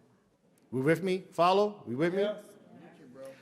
So, there's the EPA, and do a doctoral dissertation. You can find this online. Do a doctoral dissertation, and then several other process steps. By 2012, it was recognized. This smelting land was recognized as a brown site. The problem was that after the smelting site was closed in the 1940s, and before the 2012 beginning of the brownfield site, those years in between, that almost 70 years in between, that was ball fields. There were baseball fields and 2 cricket fields. And if any of you from that part of New York, you will remember people go play soccer, people go do all type of things down there in that part of Red Hook, right? It took until 2012 to recognize it as a brownfield. So, past injustice exists today. Those historic points create challenges and problems that are multi-generational today. What does that look like? Recently in Red Hook, since the pandemic, we've seen 6 new last mile distribution warehouses be constructed. So last mile is basically the last point, right? How does a package get to you? And those trucks that deliver it often are diesel, right? And diesel is poor for the environment. And that 6 last mile distribution warehouses, where now there's all these freight trucks coming, compound that with the BQE, which is creating a tremendous amount of air pollution, compounded by a historical brownfield where smelting was done and was not remediated for over 70 years. That's every day. Yeah. That's what happens when you wake up and you're like, man, like, did they put like the boiler or something wrong? Like, a little tight in your chest. Little cough. Like, what's that cough? What's that going on? Like, maybe, and you go to the doctor and they say, oh, you got to take this, you got to take that, you got to drink more water, eat more vegetables. No individual behaviors, right, can accumulate enough to a solution to something that profoundly systemic and that profoundly multi-generational. It does not excuse or absolve us from doing everything we can to overcome it. But it is not in aggregate sufficient for the demand that is equivalent to the problem it created. So that's environmental. I want to talk about the BQE for a minute again, and geographic segregation. So the other kind of results of what happened is when the BQE was finalized in 1954, it created this geographic segregation. You know, Red Hook is far to get to, all on yonder to begin with, right? But this BQE really separates it from a neighborhood that is created. And that eventual neighborhood that's created is called Carroll Gardens. Now, the thing about Carroll Gardens is that for years, Red Hook community members felt unsafe leaving Red Hook and going to Carroll Gardens, which was a predominantly white ethnic enclave. And still is, no debate.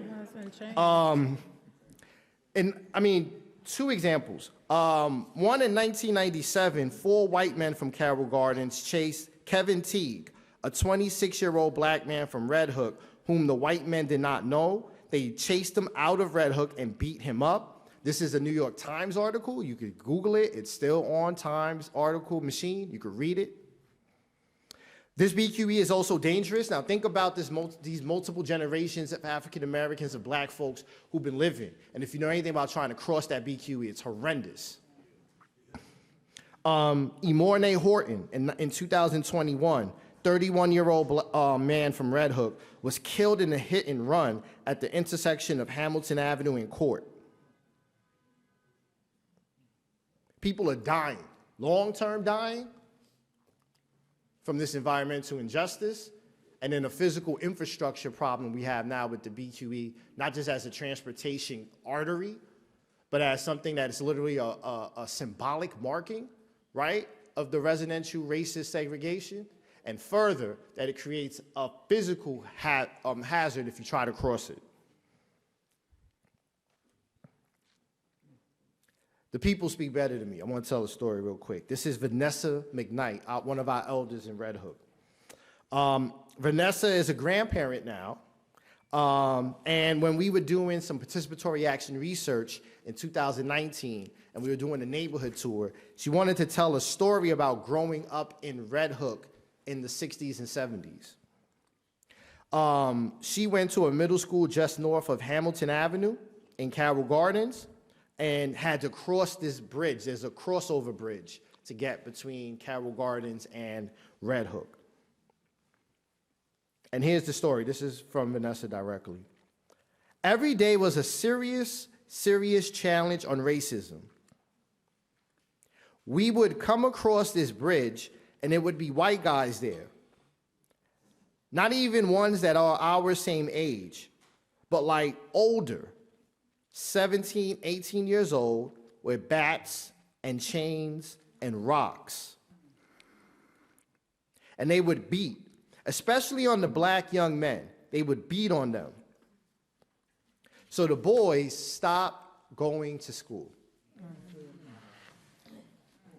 A lot of people stopped going to school for a long period of time because that was the only school we were forced to go to and forced to come and either drop out in junior high, and they were only like 11 or 12 years old.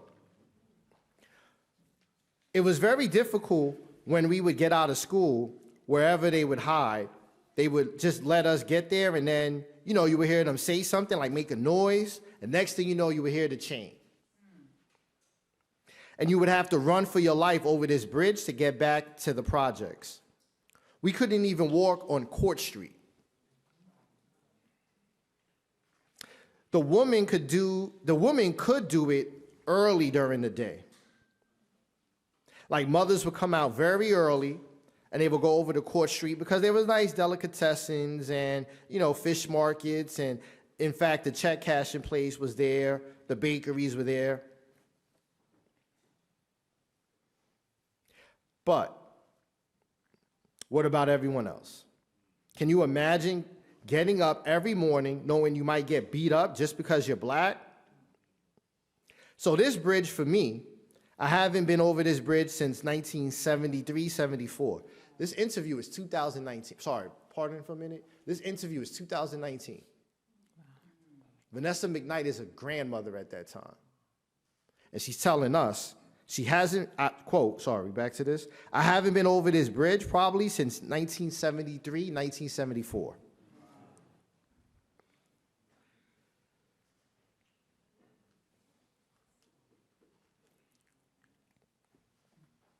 You get the point. So I'll conclude with a few things, right? I think one, this story from Vanessa McKnight and this history is important. You know, one of the things Red Hook was more, for complete lack of a better term, notorious or known around in the 1990s was when this principal of PS-15 was shot in the head in Crossfire. And then afterwards, in the 2000s, our schools, our middle school and high schools got reconfigured due to declining enrollment and a lot of challenges around dropouts. So all the things you heard about RHI doing, the Red Hook initiative that I started with, some of it is in response and in an answer to this continuous disinvestment, right, and redlining and gentrification and what happens. We're known for that. But I think you also see it's much more deeper than, like, particularly think about school academic achievement of black children and, oh, you don't have the right goals and the right attitude and the right this and the right that. Perhaps, probably not. But if you've been in a history where your family has a psychological challenge because of the trauma, they won't even cross it's dangerous to even cross the crosswalk to go access your education, when the state hasn't protected that, there's something deeper happening, right? There is something deeper happening to people's choices and the things that we see as outputs and outcomes and make quick stories about that really blame. We need people outside, right? With the touch of a historian, with the touch of a policymaker, with the archives, with the oral history knowledge, to say, no, the problem is deeper than that, and the solution needs to be as deep, as wide, and as bold. That's right.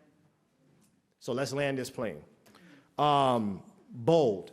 I think there's two things as frameworks that's important as we think about reparative, restorative reparations.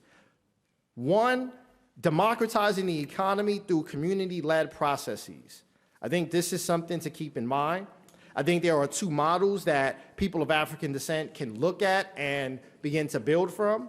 I think the Bronx-wide plan, which is a coalition of organizations and groups in the Bronx, is one place. I think we also could look to Kensington in Philadelphia, where they are co-creating a community wealth building plan as well.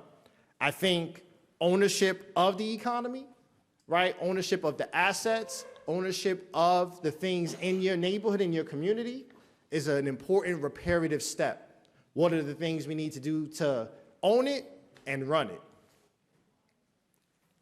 I think on the wealth building front, Crenshaw Rising, I think, is a really good example for us to pay attention to.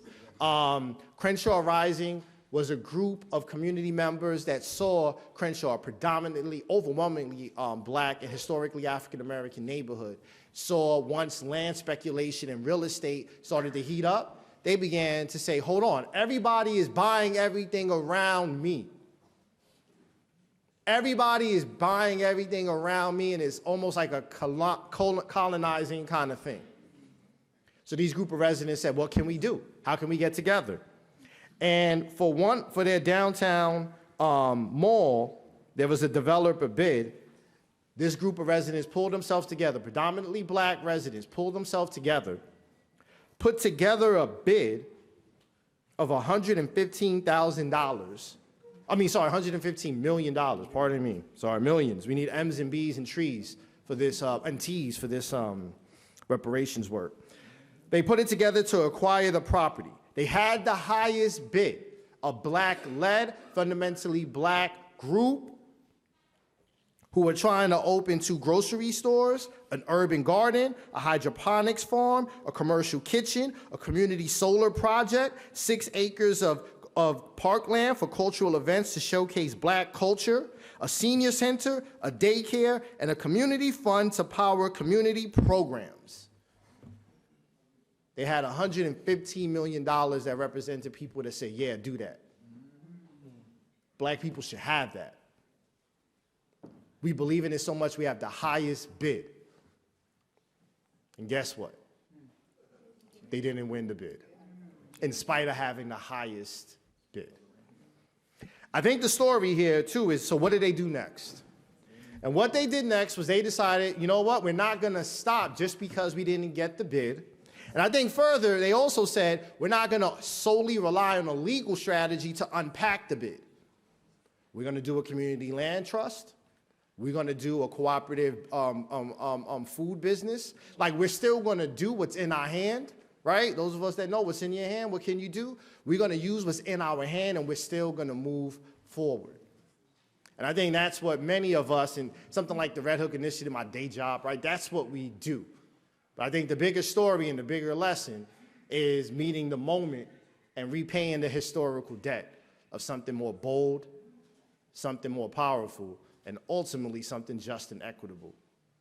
And so I hope the stories of Red Hook and the stories of those folks' persistence and the stories of what others are doing in other communities in this country set a framework for our movement and discussion around reparations. Thank you. Thank you. Thank you. If you can stay for a couple of minutes. So first of all, we want to thank again Mr. Michael Partis, and he's the Executive Director of RHI, the Red Hook Initiative. We have a few questions for you, but thank you for helping us as a commission understand the role of environmental injustice, infrastructure harms, and gentrification. And so I will yield the floor to, I know that there are commissioners that have questions, and so if there is a commissioner that has a question, okay. Commissioner Daniel Favors. Once again, thank you for your presentation. Really enjoyed learning from you.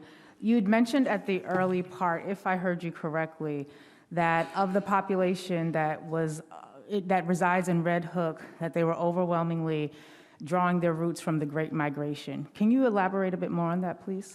Yeah. So one of the things about Red Hook as an economic site has been known for industrial, and we kind of went through that history, also as a working waterfront. And so by the part of the history is really interesting. In the early 1930s, right, there was a number of encampments of white immigrants, predominantly Scandinavian and Eastern European, who had worked on the docks, been abandoned by the Great Depression, and had a Hooverville. You could Google this, like a Hooverville, where they were creating those kind of encampments. And because of that, there was a policy response. Surprise. And the policy response was, we need to build affordable, stable housing, one, for the slum, quote unquote, encampment issue, and two, I don't know, they thought these workers had dignity and needed it.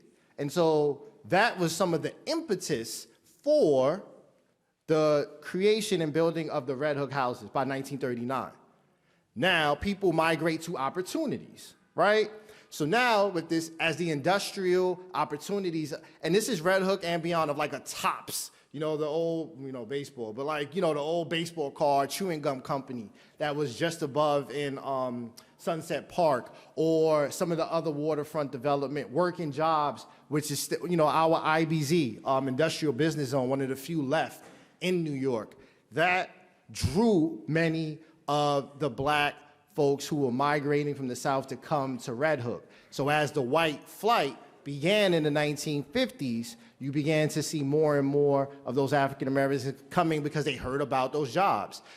At the Red Hook Initiative currently, about 60% of our staff are from Red Hook. And so their parents were a part of starting it. And when I talked to their parents, when I talked to Ms. Joyce came from South Carolina. When I talked to Ms. Harden, her family came from North Carolina. So they came from the South looking for those opportunities. And, some of the more famous churches and et cetera were there. So they came looking for that. And of course, I think we know the story as deindustrialization occurred. Those jobs in manufacturing and industry continue to go away and or not exist. And some of the story is, by the time you get to the deepest parts of deindustrialization and economic isolation, by the 1970s and 80s, all the kind of indicators around, particularly the public housing in Red Hook, and the poor outcomes in education, on employment, health become compounding. And you think about the promise of moving and how that promise is a debt unfulfilled. When I look and I think about those elders, luckily you're still here. It's not lost upon me. And so that's the directionality of the migration and why they came, and many folks still there. And I think the question of what we're going to do. Thank you. Thank you. Are there other questions? I have a question. So much appreciate all that you shared. And like my fellow commissioners, I learned a whole lot from the two of you, and we'll probably be leaning in to ask more questions as we continue along this journey. Thinking about, there's been some talk in this conversation and other conversations about who is eligible and then what types of reparations would be, recommended. When I think about what you shared, I think about communal reparations. I think about community restoration, redevelopment. Do you have any thoughts about, like, what would be appropriate reparations if you were looking at a community impacted by discrimination and injustice, racial injustice, in the way that Red Hook has been impacted? So I'll answer this one as Michael Partis, individual. Okay. I do a lot of that too. I'll draw a little boundary around Michael Partis, individual. Okay. I will address this. I think Sandy Doherty, the professor at Duke, has his book about reparations. There's a lot of conversation about it.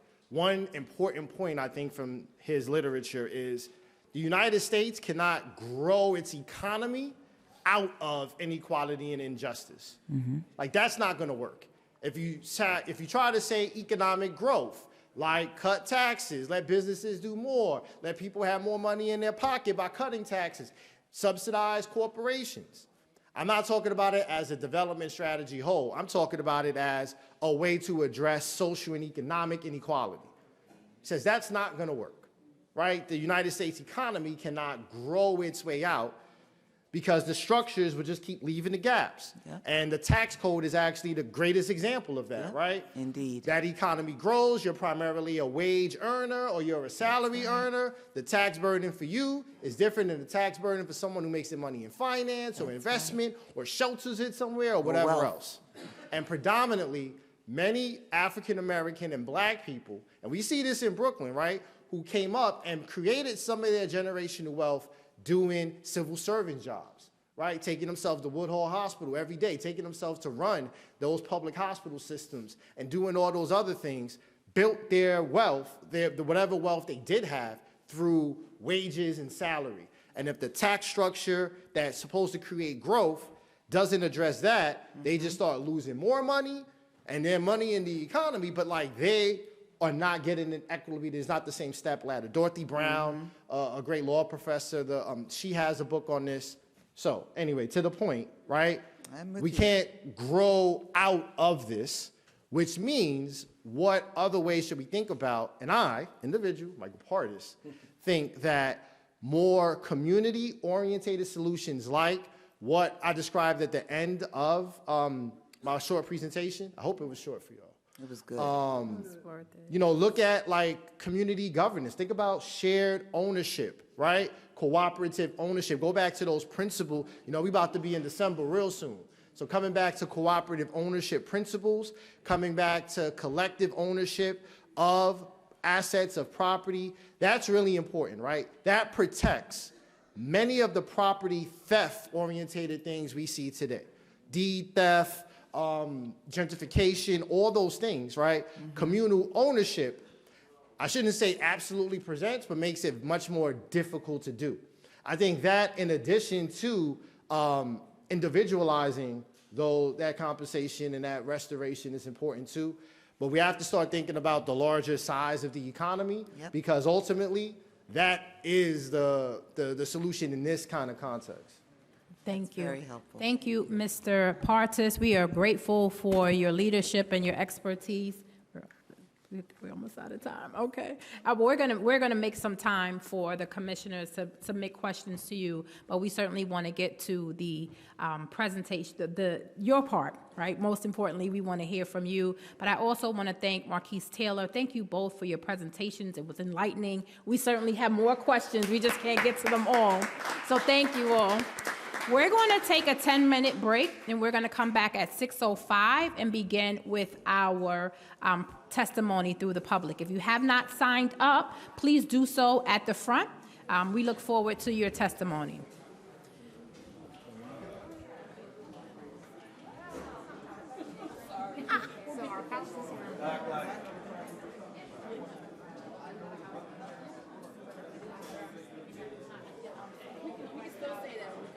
When you come back, when you come back, you say public.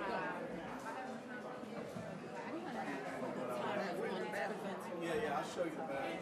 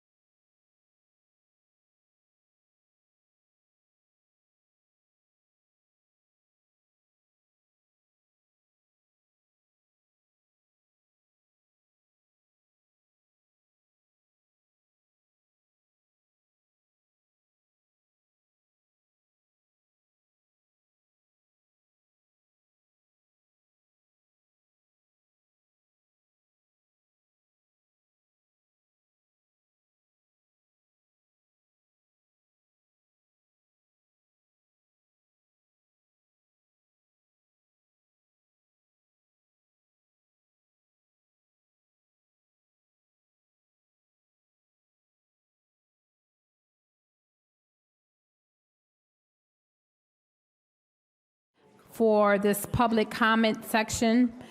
We appreciate you being here and supporting the work of the New York State Community Commission for Reparation Remedies. And community is probably one of the most important words in this commission's name because it's your voice that's critical. And so we look forward to your public comment. You have 3 minutes as a reminder. We also will prioritize new voices, but certainly welcome all voices here today. And so we thank you again for being here in Brooklyn. We are at Bethany Baptist Church, the historic Bethany's Baptist Church, and we are honored to be here. First of all, I know that we have Ms. Eljoy Williams here, and I want to make room for her to provide public testimony first, and she would have the podium. Everyone else, if you would grab a mic, I don't know if I just see one mic. So if there's one mic, what I'll do is I'll call your names first. I'll call 2 people at a time, so one person would be at the mic, and the other person would just be waiting. So when that person moves, we'll have the next person step up. All right. And so is Ms. Eljoy Williams. Are you ready and prepared to take the stage? Yes. We appreciate you being here in the support of the NAACP. Okay, you can be there. Well, thank you for being here with us this afternoon. Good evening. Good evening. I think we're good. Okay. Thank you so very much, Madam Chair, and to the members of the commission who are present and virtual. My name is Eljoy Williams, and I have the honor and privilege of serving as the president of the NAACP New York State Conference, following the legendary leadership of Mother Hazel N. Dukes. And we represent 54 branches across the state, from Buffalo to Long Island. And I am pleased to testify here today as I had the privilege of helping to lead the coalition that organized, advocated, and ultimately secured the passage of the legislation that actually created this commission, which is not a gift. It is the result of community organizing, coalition building, and the political will exercised by people who are steadfast in ensuring that New York's role in racial exploitation not remain hidden or unresolved. And it is born out of a clear demand that this state, which profited richly from the trade, labor, and disenfranchisement of African people and their descendants, must be accounted to its debt. I've submitted a formal written testimony for the record that details our analysis and recommendations, and I, just as every other community member, want to offer the recommendations that I'm putting forth today and emphasize that NAACP will also be submitting materials from our historical archives, which document more than a century of campaigns, legal actions, and policy recommendation to confront the very harms this commission is now studying. For 116 years, the NAACP has documented and fought against these issues in New York, from housing, education, employment, and the justice system.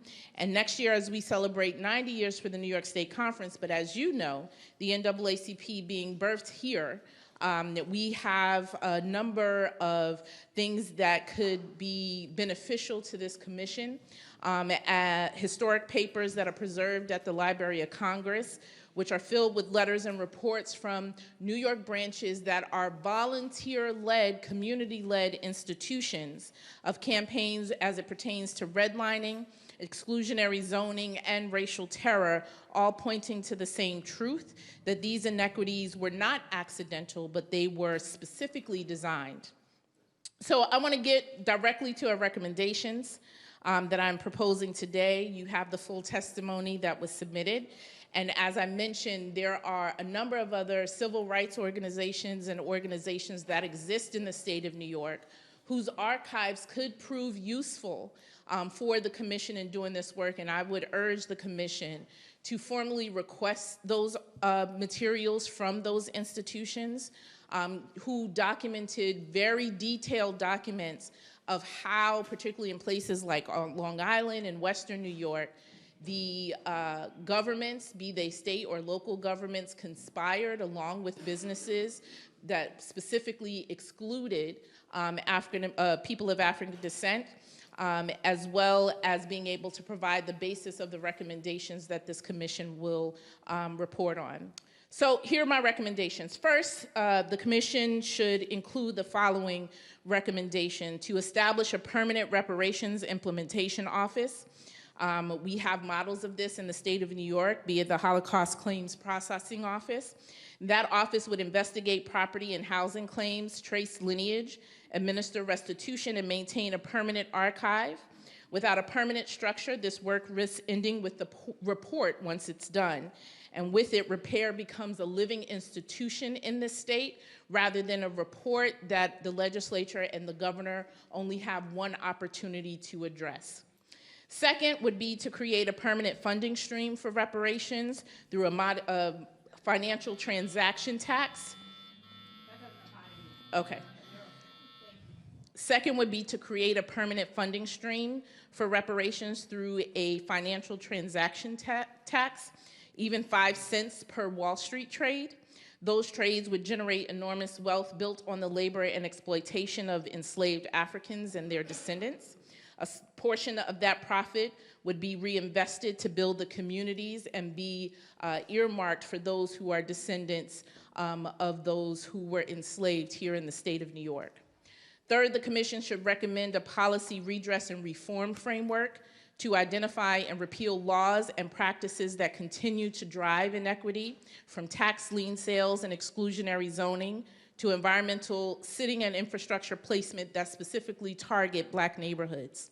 Fourth, the state must take responsibility for formal recognition and documentation of descendants of those enslaved here in New York State. They can do this in partnership with SUNY, CUNY, and other state archives, managed through the new implementation office that I proposed. The burden of tracing lineage should not fall on families. It is the state's obligation. Those descendants should receive prioritized access to reparative programs, including housing and land grants, tuition-free education, and business development support.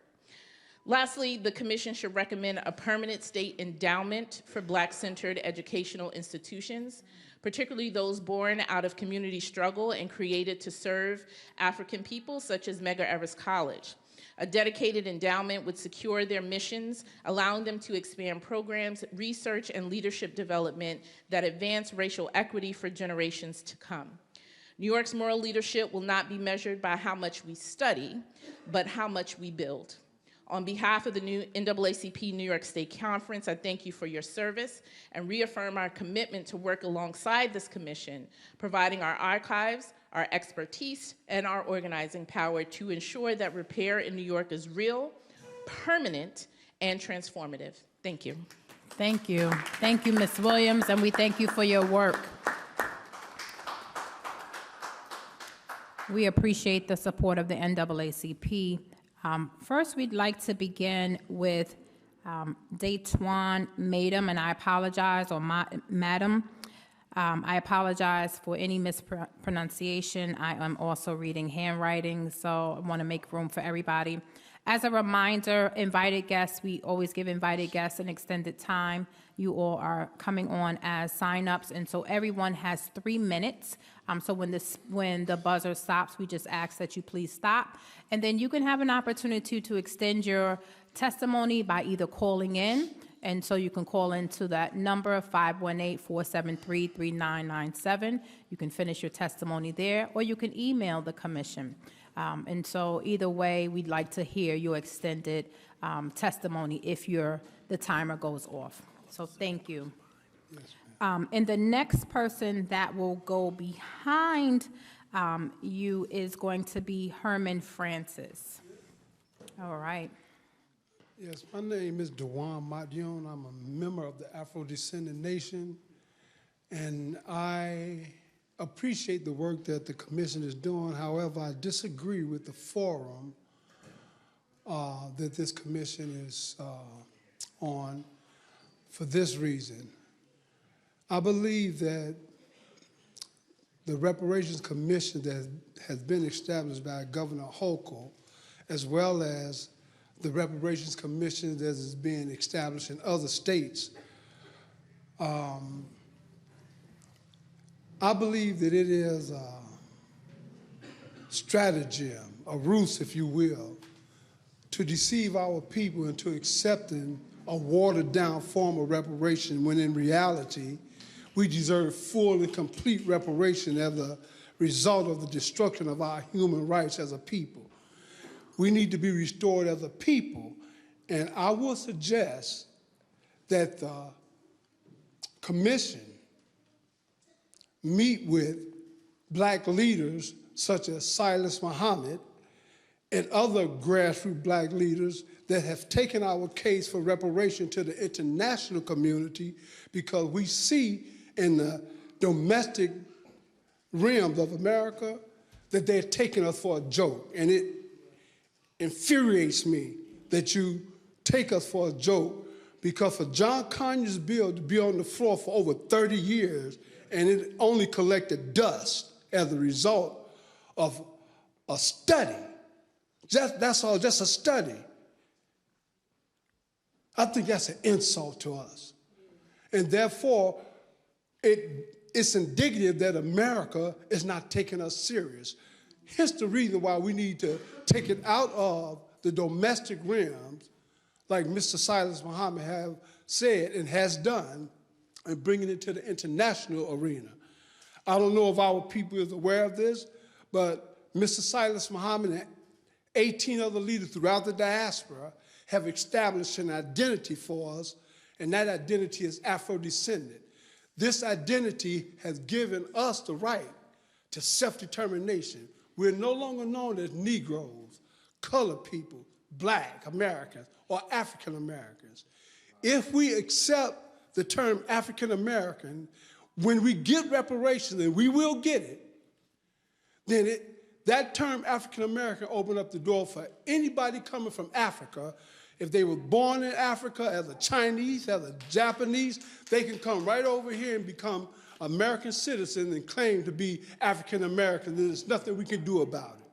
But the name Afro-descendant. Thank you. Thank you. You can continue your testimony by calling in or emailing, but we thank you for being here today.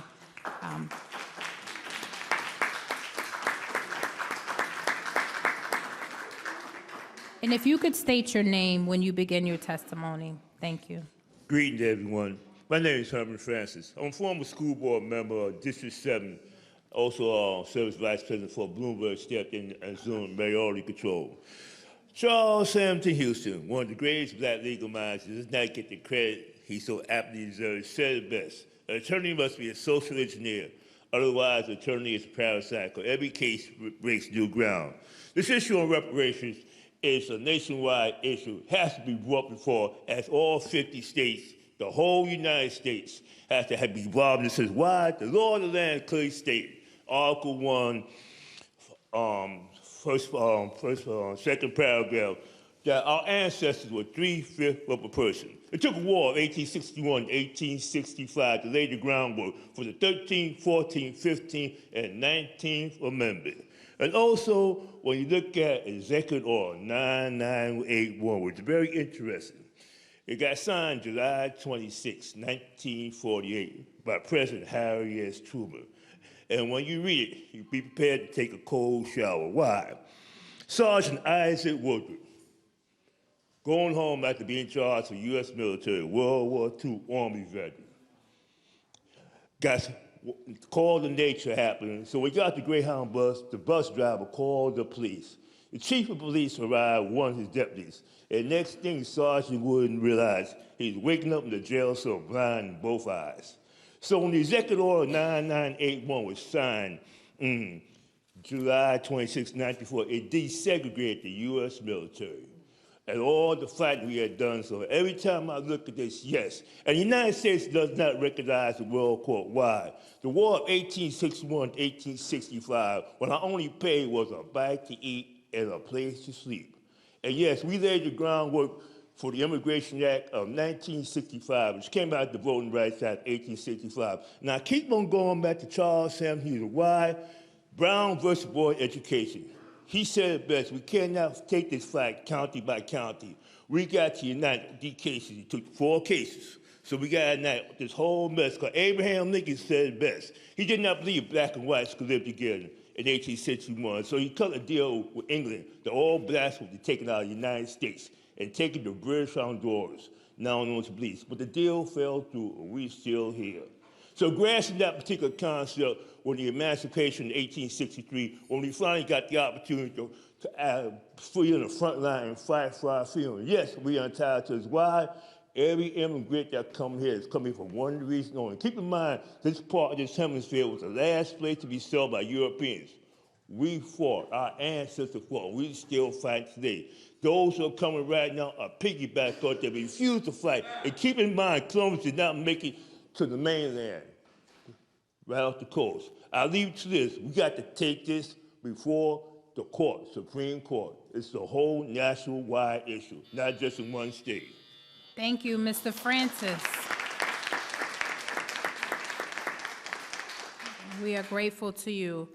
So we're going to go ahead. It looks like, first of all, many of you have returned, and we thank you. If this is your first time providing a public testimony, if you would raise your hand. If you're signed up to present today, if you would raise your hand.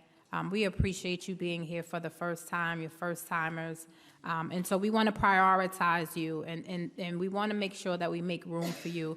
So I apologize to those that have already spoken. You're going to have an opportunity, but as we said, we want to prioritize those first timers.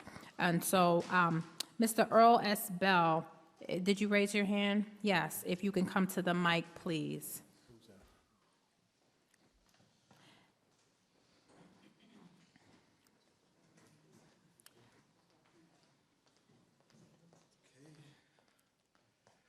Hello, everyone. Hello.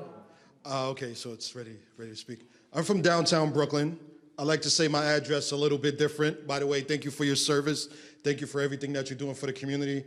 I'm from the foot of the Gowanus Creek, on top of the Lenape burial ground, next to a central location called a War Post. I put that as my address because I want to talk outside of this state's and this nation's jurisdiction. I'm talking within Lenape-Hoking. This area, where we are, was called Marichkowick King. The Dutch burnt it down during the Kef Wars, turned it into Brooklyn. So from that context, I'd like to speak. My apologies if I'm offending anyone.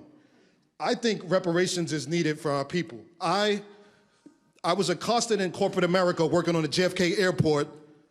I was called a Bantu pickle. At that point, I said, enough is enough. I need to focus myself in a different direction for my people. And I published this book, New Greenwood City. And it pretty much just shows what we would need in order to succeed. So let me get straight to the point, and I know I'm running out of time. Let's see.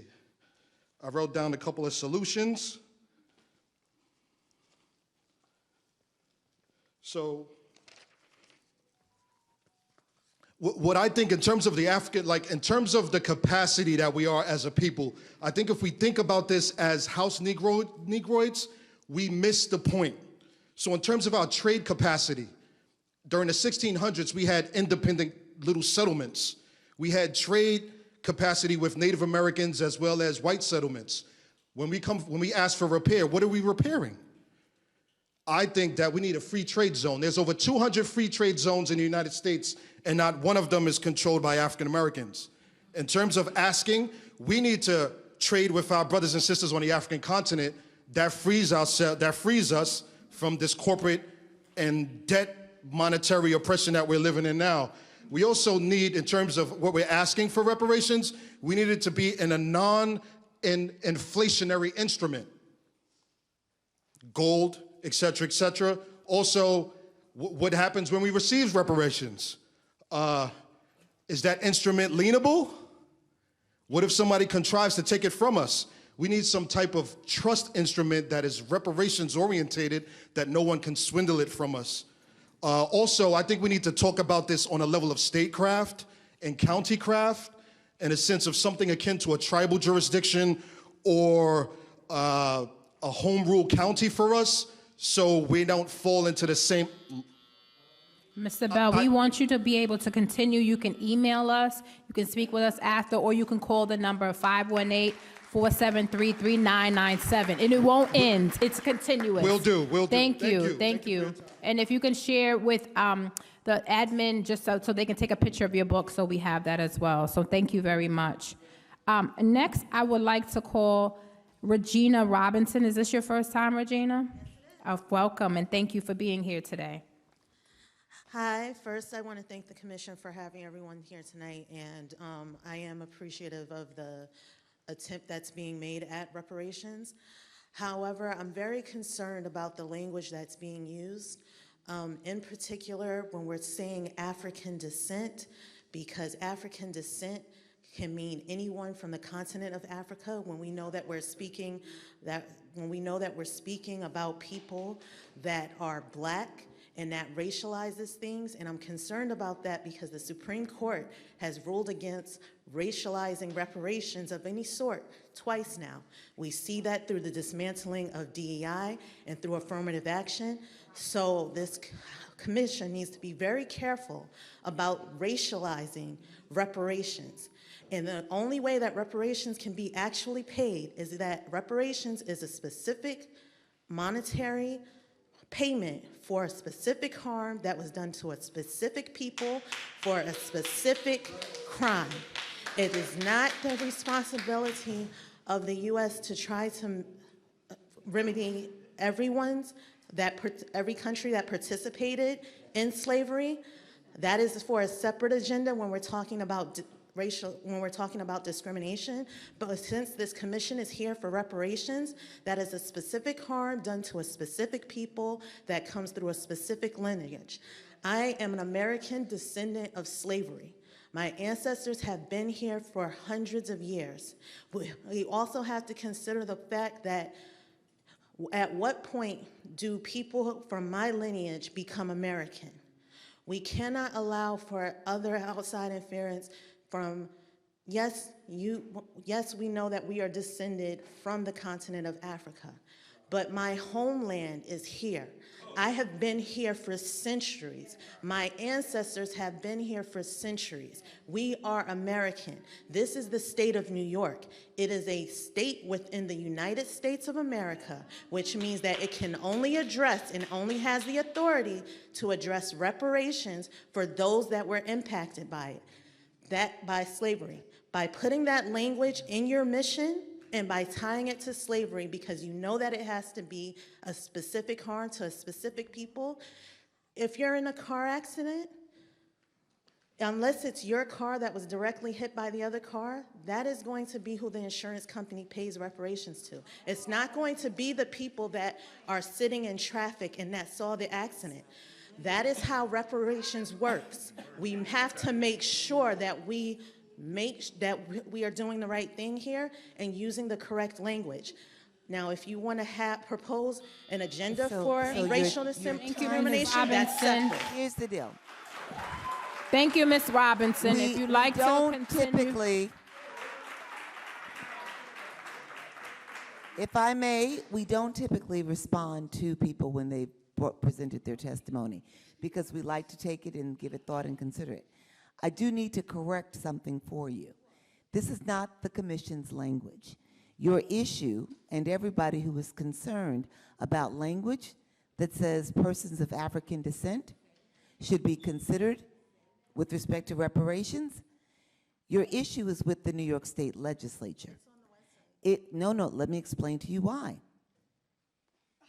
The information on the website builds from what we are mandated by the legislation to do. May I finish, please? Just let me finish and then you can fire back at me.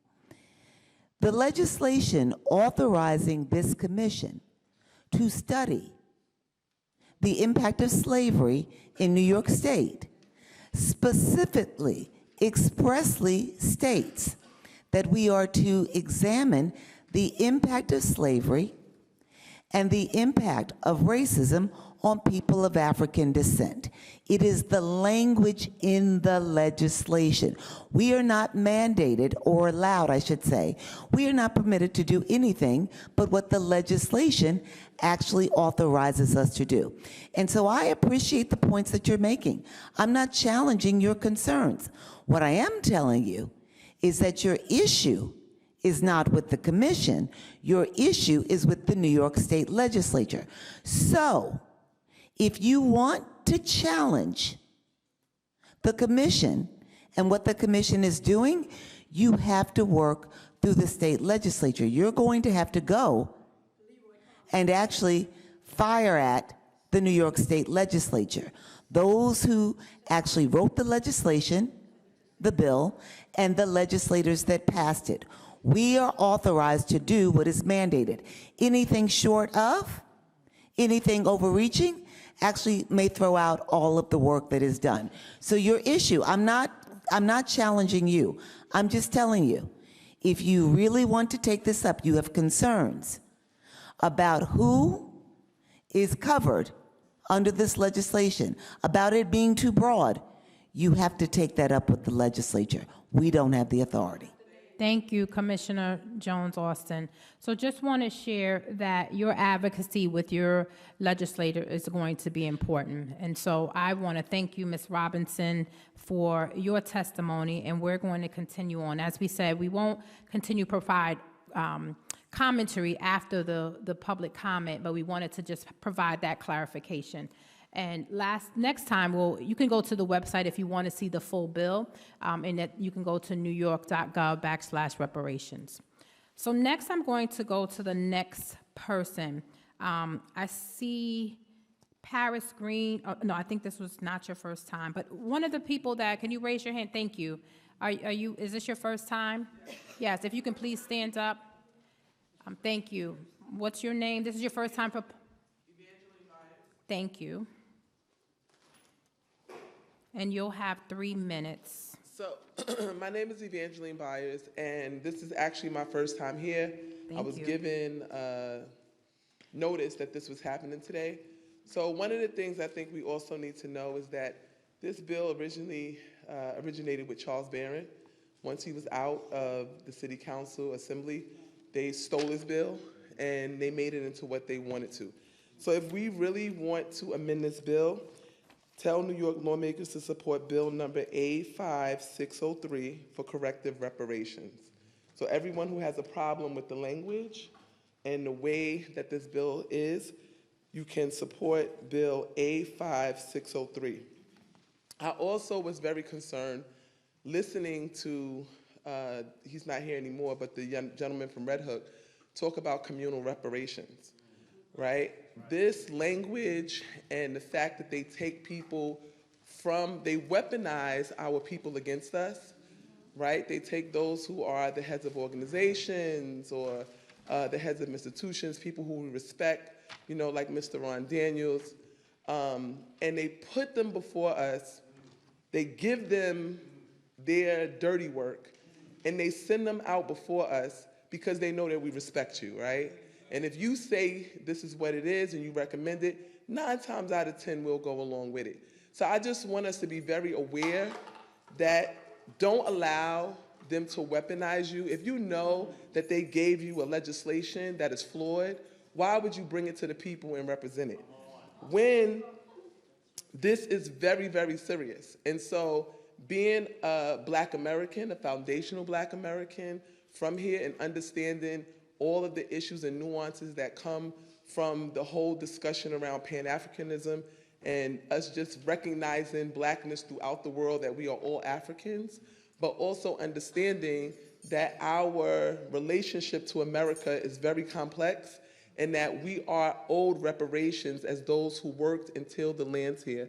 My grandmother, up until we can record, right, were slaves and then sharecroppers, right? And so it is a disrespect to our lineage, right, and who we are and the work that we've done for everyone else to come here and benefit, and then to put that type of language. So I want you all to understand, because we're living in some serious times where they're using our leaders, the people who we respect, and weaponizing you all against us in the forms of grants and funding and giving you seats at the table, right? And then for those of us who respect you, we have to then start to fight against you. So I want us to be very aware of what's going on. Thank you. Thank you.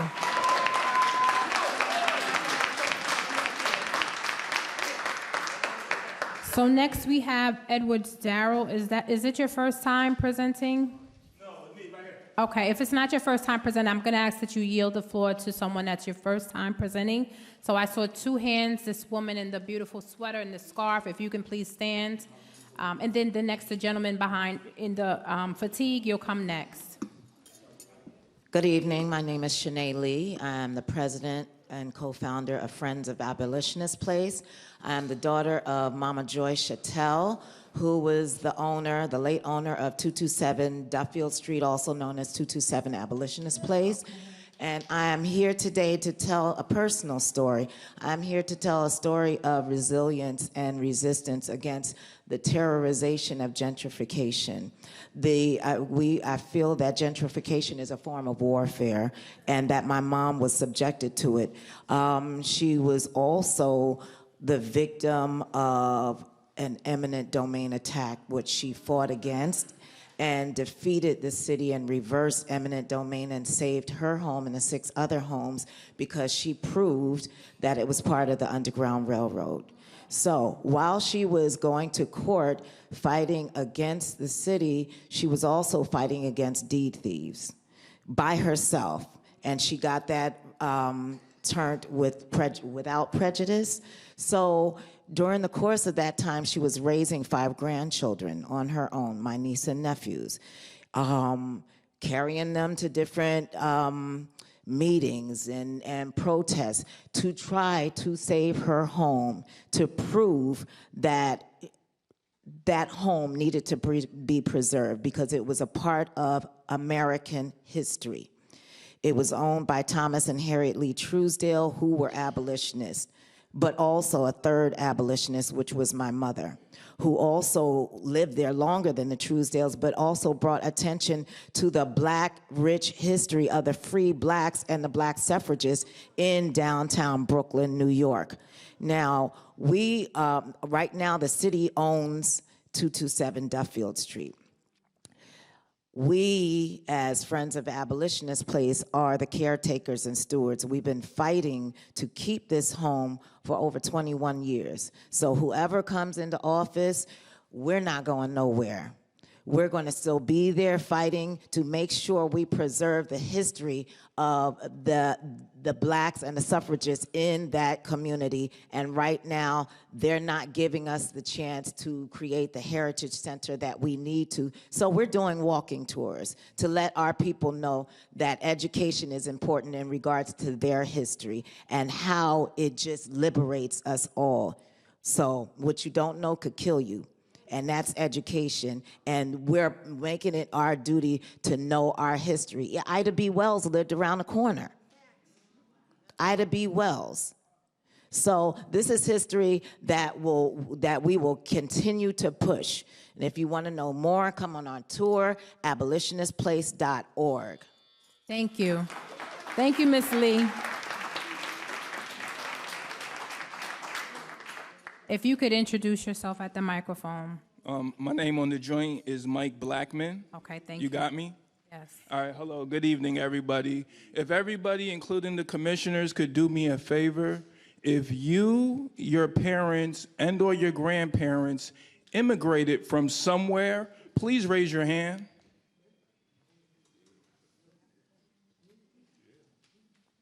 Anyone on the commission, ma'am, raise your hand, please. Immigrated, came from somewhere else. No, ma'am, don't project that onto me. Pardon me, quiet, please. You're taking up my time. Pardon me. So, ma'am, raise your hand, please. All right, so we have one lady that's part of the commission that for some reason is ashamed of her heritage. And that's, ma'am, reparations isn't a remedy for racism. Reparations is a debt that's owed from slavery. Reparations is more than a check. But the very first thing it is a check. And that goes to the living descendant survivors of slavery here in what we now call the United States of America. I need you commissioners to have the same energy for us, for our lineage, that you have for these illegals that come over here with $0 in their pocket, no shoes on their feet, and then within 24 hours, they got Jordans, the newest cell phone with the watch to match. So I need you to have the same energy for us, because you don't have them doing a million studies and commissions all over the city and state. You don't have studies and commission all over the city and state when it's time to give millions, billions, and trillions to Israel. Netanyahu, he's setting up drones. My man right here, he got a drone. But Netanyahu, he has guns and bombs on the drones, and they're killing people out there. Y'all don't have studies and commissions when it comes to send money to Netanyahu. Y'all don't have studies and commissions when it comes to send money to Ukraine and all this other stuff. So stop playing with our money. Get us our money. And if the language isn't right, everyone get one of these papers. It takes 2 to 3 minutes to fill out the QR codes, and it'll help disaggregate the information and the language and get everything right. And Kathy Hochul, I know you're listening. If you don't give me my money, I'm gonna land right there. Thank you. Okay. Thank you, Mr. Blackman. Any other first-time testimony? Okay, if you can stand and come to the mic, thank you. And then gentlemen in the plaid, if you can stand and come to the mic. And then please make sure you introduce yourself. He's gonna go first, the gentleman before you. Oh, he's yielding to you, so go ahead. Thank you all. Appreciate that. If you can just repeat your name. I'm Awale Adewale, and so I represent a few entities. Well, one, myself first. I'm from, and I'm gonna be really short. I expect to come back. So I'm from Brooklyn, New York, Crown Heights. If you ever came to Black Veg Fest, I do that. My team does that for our community. And I really want to communicate just a little bit about dairy. How many folks, know that dairy is mandated, in our schools? It's the only food that's mandated, right? How many folks know that 70 to 90% of our community, indigenous people, are lactose intolerant? Where am I going with this? Partly why we have to address racism or colonialism in our system as well as we addressing reparations, because our children every single weekday receive dairy milk, right? And we're talking about 1 million cartons of milk every single time at lunch. Though in breakfast, that's 2 million cartons of milk. We don't get anything in terms of subsidization as well. I'm also a farmer as well. We get none of those resources. 99% of all the dairy farmers in the U.S. are white. 100% of them are in New York State. When we consume dairy or defend dairy every single time, it's killing us. National Institutes of Health, also Dr. Milton Mills says dairy is racist. He works in critical care, urgent care. And I wanted to bring up those particular pieces. And that's it. I only have 40 seconds. Can you repeat your name again? I'm Omawale Adewale. I'm from Brooklyn, New York. My maternal side is, from the U.S. People hear my name, and all of a sudden they know. But if I hear you say John Murray and you don't look white, I won't be able to understand or know anything. So my name was changed. I've been to the continent. And so in the last 10 seconds, I also represent or are part of New York City Commission on Racial Equity, which will also be. Thank you. And if you want to finish your testimony, you can call in. We appreciate you being here, Mr. Tomewale. All right, next. Greetings, good evening. My name is Rashawn Stovall. How are y'all doing today? I'll make this as simple as possible. Recently, I've traced my lineage to this land. I'm just cracking into the 1700s on my father's side. And we're back to Henry County, Alabama, the county that was created 1 month before Alabama became a state. We're talking tracing directly to territories here. Foundational on both sides, eight sides. 8 sides. This is lineage based. Now, I may say something, a hot take here. Not all black people deserve or will get reparations. I'm gonna repeat that. Not all black people will get reparations. If you have not traced yourself to harm in a lineage-based trace in this nation, then it was a privilege and a choice to come to these here United States. After the Civil War, my family aggressively got property from ex-slave masters, 1,521 acres in Henry County, Alabama.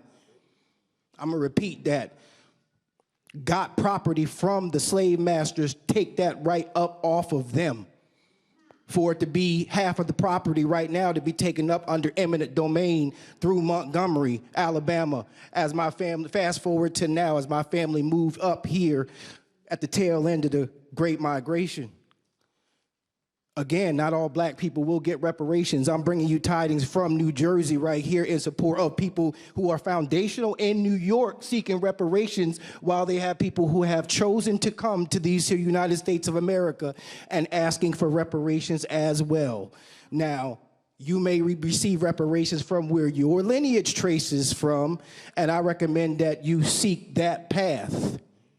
Because this path here is for people that can trace their lineage to before America was America. You're looking at the realest American you've ever seen in your life. It's the difference between an American and a U.S. citizen.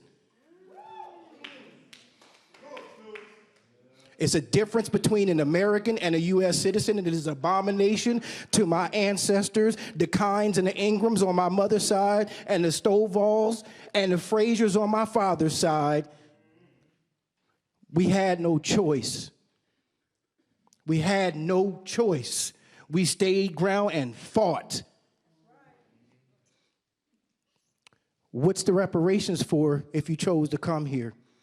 I land. Thank you. Mr. Stovall, can you please, Mr. Stovall, can you sign in? I don't think you signed in. Okay. Oh, it's on that one. Okay, so can you all bring me the other forms as well so that we can have him added to the record? Thank you. So next time, I think we've got all the new speakers. Any other speakers for the first time here today? All right, if you can come up. You signed in, right, gentlemen? Okay, come on up to the microphone.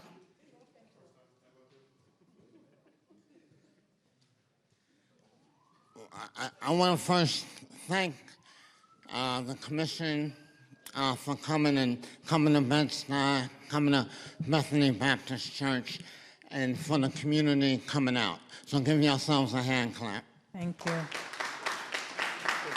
And can you state your name, please? Oh, my name is Kazembe Batts. Thank you for being here. My voice is a little... We appreciate you being here. Respectfully, I'd like to say black people, no matter where they're from, deserve reparations.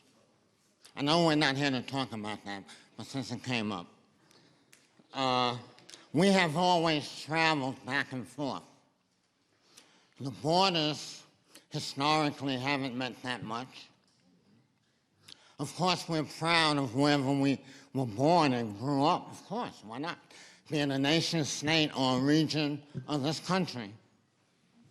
But I sincerely believe that we, before we even get paid, can't divide ourselves up about who should and who should not.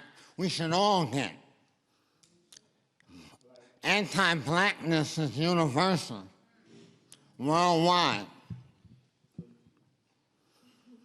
And so I just wanted to say that real quick, because I'm a Pan-Africanist, I'm a Garveyite. And I respect other beliefs, but that's what I am, and I believe that we're all in this together, all of us. So I just want to say that. Thank you. All right. Well, thank you, everyone. I think that was the last new person. Another new voice. If you can please stand and come to the mic and repeat and share your name. Thank you for being here. Did you get a chance to sign in? Yes, I did. Okay, thanks. Brother Carriot, peace, peace. Grace, motion, and peace to the tribe. Reparations here in the great state of New York are for Black Americans only. Reparations consist of one component, and that is direct cash payments. Bottom line, thanks to Flying United, get off the plane. Keep your programs, your housing vouchers. We've seen this movie back in California. We as Black Americans can trace our lineage pre-1776, where we can prove our harms with legal documentation, slave schedules, wills, and U.S. Census records. Our ancestral homeland is the South. We migrated up from Georgia, Alabama, Virginia, and the Carolinas. We didn't immigrate from the Caribbean, and definitely not Africa, Ron Daniels. Come on, Carrie. This isn't divisive. This is delineation, and it's here to stay. Reparations for Black Americans only here in the great state of New York. Gratitude. Thank you. Thank you, Brother Carey. Did we hear from Rashid Littlejohn yet? Is this your first time, Mr. Littlejohn? It's your second. Okay, so we're going to go ahead with the list in order now, since this will be their second time. So we thank you all for coming back. So we have Morel Ben Ir, and I remember you coming you were in Ithaca. So thank you for traveling. Thank you. And then we have Zachariah Persall. So you will be next. Okay. Good evening, everybody. My name is Morel, and I am an Afro-descendant and a part of the Afro-descendant nation. I'm from Brooklyn, New York, Bedford-Stuyvesant, raised. And after looking over Governor Hochul's bill for remedy for reparations on behalf of African Americans in the state of New York, I did some research on my own, and I found that, number one, reparations is not paid to states. It's paid from one nation to another. So what are we really trying to accomplish here? Number two, the name African American no longer applies to us here in America. We are UN recognized by our new identity, Afro-descendant. But the American government doesn't want you to know that. Because once every Black man, woman, and child declares themselves Afro-descendant, we will be recognized as a nation within a nation, and we can then sue every nation that benefited from the 400+ years of chattel slavery that our ancestors endured, and we're still suffering the lingering effects of. I advise every Black person here today to log on to afrodescendant.org and see what qualifies you as an Afro-descendant, and then declare yourself Afro-descendant.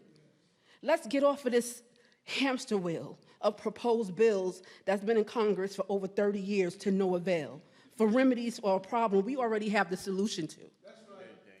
From the year 1998 through 2002, a man named Silas Muhammad and his wife Harriet Muhammad would travel back and forth to the United Nations, working to establish an identity for Black people in America. Silas Muhammad, Harriet Muhammad, along with other delegates, gave Afro-descendant definition. Defining the term gave power to it. So today we offer to you African Americans, Black people, a just people. your new global identity, Afro-descendant, a name for us, by us, and given a definition by us as well. Thank you. Thank you. Thank you.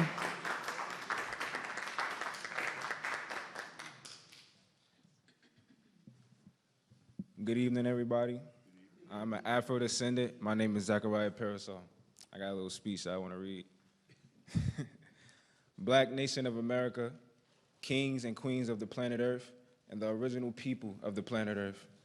We are far more greater than we limit our minds to believe.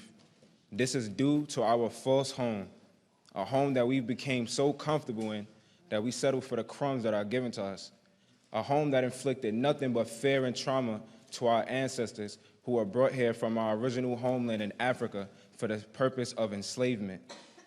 The fear and trauma that was installed in our beautiful people during the time of enslavement has been passed down generation to generation, bloodline to bloodline, eventually landing on this current generation. We call this the generational curse. Inside of this generational curse, we have been disunited and misled to believe that one day we will finally be equal in this false home of ours called America. We've been given an identity that we didn't choose for ourselves but accepted. This identity is the well-known African American, an identity that has nothing but blood and pain attached to it. We've accepted this identity because through the course of slavery, everything that made us who we was taken away from us through ethnocide. We've been brainwashed and made less than human beings in this false home of ours. No matter how loud you scream and cry, and no matter how much blood is shed, you will never truly get the justice you deserve as long as you choose to stay in this false home and keep the identity that came with it. Let us remember, we never asked to be here, but was forced. Today is a new day, and today, a new identity has been set upon us. I want to thank Silas Muhammad and his wife Harriet Muhammad for having the courage to travel to the UN and establish an identity for us. This identity gives us the key to a new home and a new beginning. By accepting the name Afro-descendant, we finally bring justice to our beautiful ancestors who were forcibly brought here and given an identity that didn't belong to them nor us and never will. We finally have the opportunity to become an independent nation and seek reparations to begin building a new home that we can call ours. A home that will break this generational curse that we live under and unite us once again. A home that will be full of peace, justice, equality, and love. Something that we have always longed for but was never fully able to reach. But now that opportunity is in reach, so I ask, will you grab it and start building the life and future that you deserve, or walk past it? This choice is entirely yours to make. Submit it.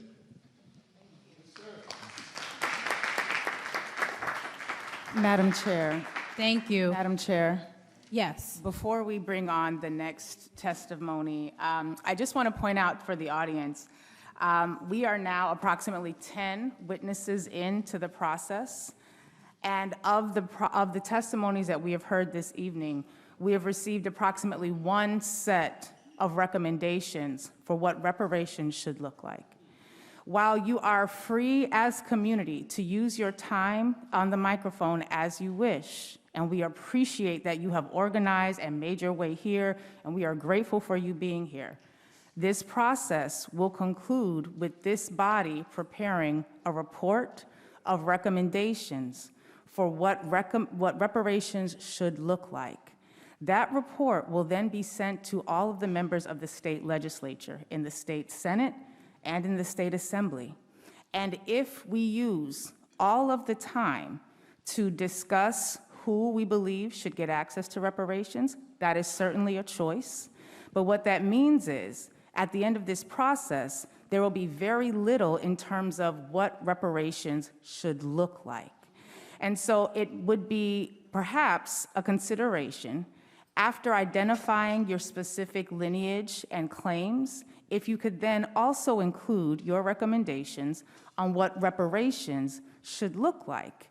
Because if the report does not have that meat from the community in it, we as commissioners will be forced to look at the research that was presented, the information that the scholars provide, but it is going to not necessarily be as reflective of the needs and the desires of the community. Now, while that may be troublesome to some, I get it, I understand it, but if we spend all of the time discussing who should not get, without your recommendations, then the report will not have one of the most important elements of it. And I believe that if we are organized enough, some of y'all have come to every single hearing, and it is dope to see people organized around something we believe in. It is a beautiful thing. It would be really helpful if we could also get some sense, in addition to everything else you want to share, as to what you think reparations should look like at the end of this process. Thank you. Thank you. Next, if you can come onto the mic and just repeat share your name. Thank you for being here. Good evening. My name is Sean McCauley. I'm a Black American. I think that the forefront of this should be done by everyone, wherever you are from. Sue that country that imposed this upon you, right? My recommendation would be not only for cash payments, but also for no taxes for however amount of years we're claiming for. I don't think it's only just for slavery. I also think what needs to be accounted for is the Jim Crow era, because that's where your redlining or your redistricting, all those things occurred from. Now that we were free, we were not allowed to compete. So any businesses that we own, no taxes. Individuals pay no individual taxes as well. Now we're able to compete and have those who want to invest with our businesses, they get tax-free money as well. So we make the economy come through us, right? Any one of us that want to attend any local state, city colleges, we go for free. If they have the budget to do these welfare to work programs and send people to trade schools, things like that, we get that for free. Our Black farmers get those same subsidies for free. So those are laws that we can enact, we can put in place, because everybody debates around if we get cash, no one else get cash. That's really what it's about. However, if we fight for some of those laws to be put in place, now we can level the playing field and actually make it more advantageous for us, which is what we look to do. We were successful after slavery, we were successful before slavery, and during slavery. We have the ability to do. We just being attacked when we do become successful. Those are my recommendations. Thank you. We appreciate that. Mr. Sean, did you sign up? Can you please sign up so that we can add that to the record? We appreciate that. Okay, so maybe they didn't bring it for me, so I apologize. Okay, all right, no worries. Well, we thank you for being here and sharing recommendations. Next, I apologize if I mispronounce your name. So, Naeem Al-Yakuda. I'm so sorry, but help me with the pronunciation. Say it again. My name is Naeem Al-Uqda. Thank you. Thank you for having me. I apologize.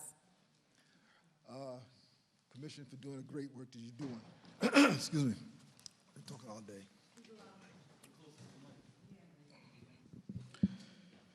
My name is Naeem Al-Uqda, and I do reside in Brooklyn, New York at this time.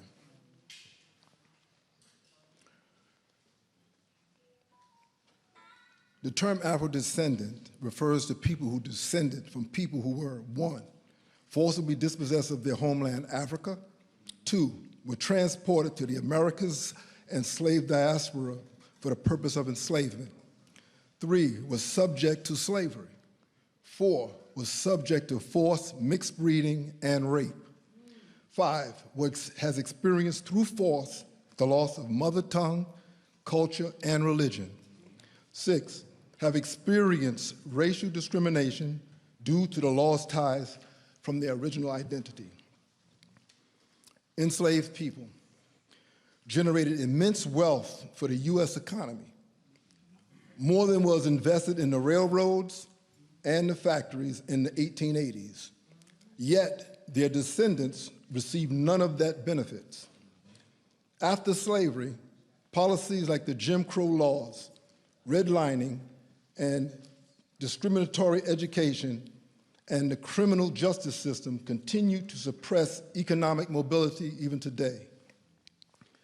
The United Nations High Commissioner for Human Rights has accepted the term Afro-descendants from Salas Muhammad and black leaders from 19 countries, from Central through South America, from the time of 2001 to 2006. The UN has helped us identify to our new global identity of Afro-descendant.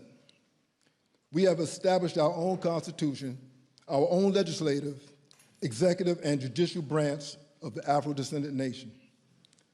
Salas Muhammad has made many oral statements before the Commission on Human Rights from August 1998 through 2006 to restore our human rights. As stated in Article 27 of the ICCPR in the UN, the International Covenant on Civil and Political Rights, which the United States has ratified, the United States government has ratified. I can leave information behind to go to the website of the afrodescendant.org for more information regarding reparations. I submit. Thank you. Next, we have Mikhail Shabazz.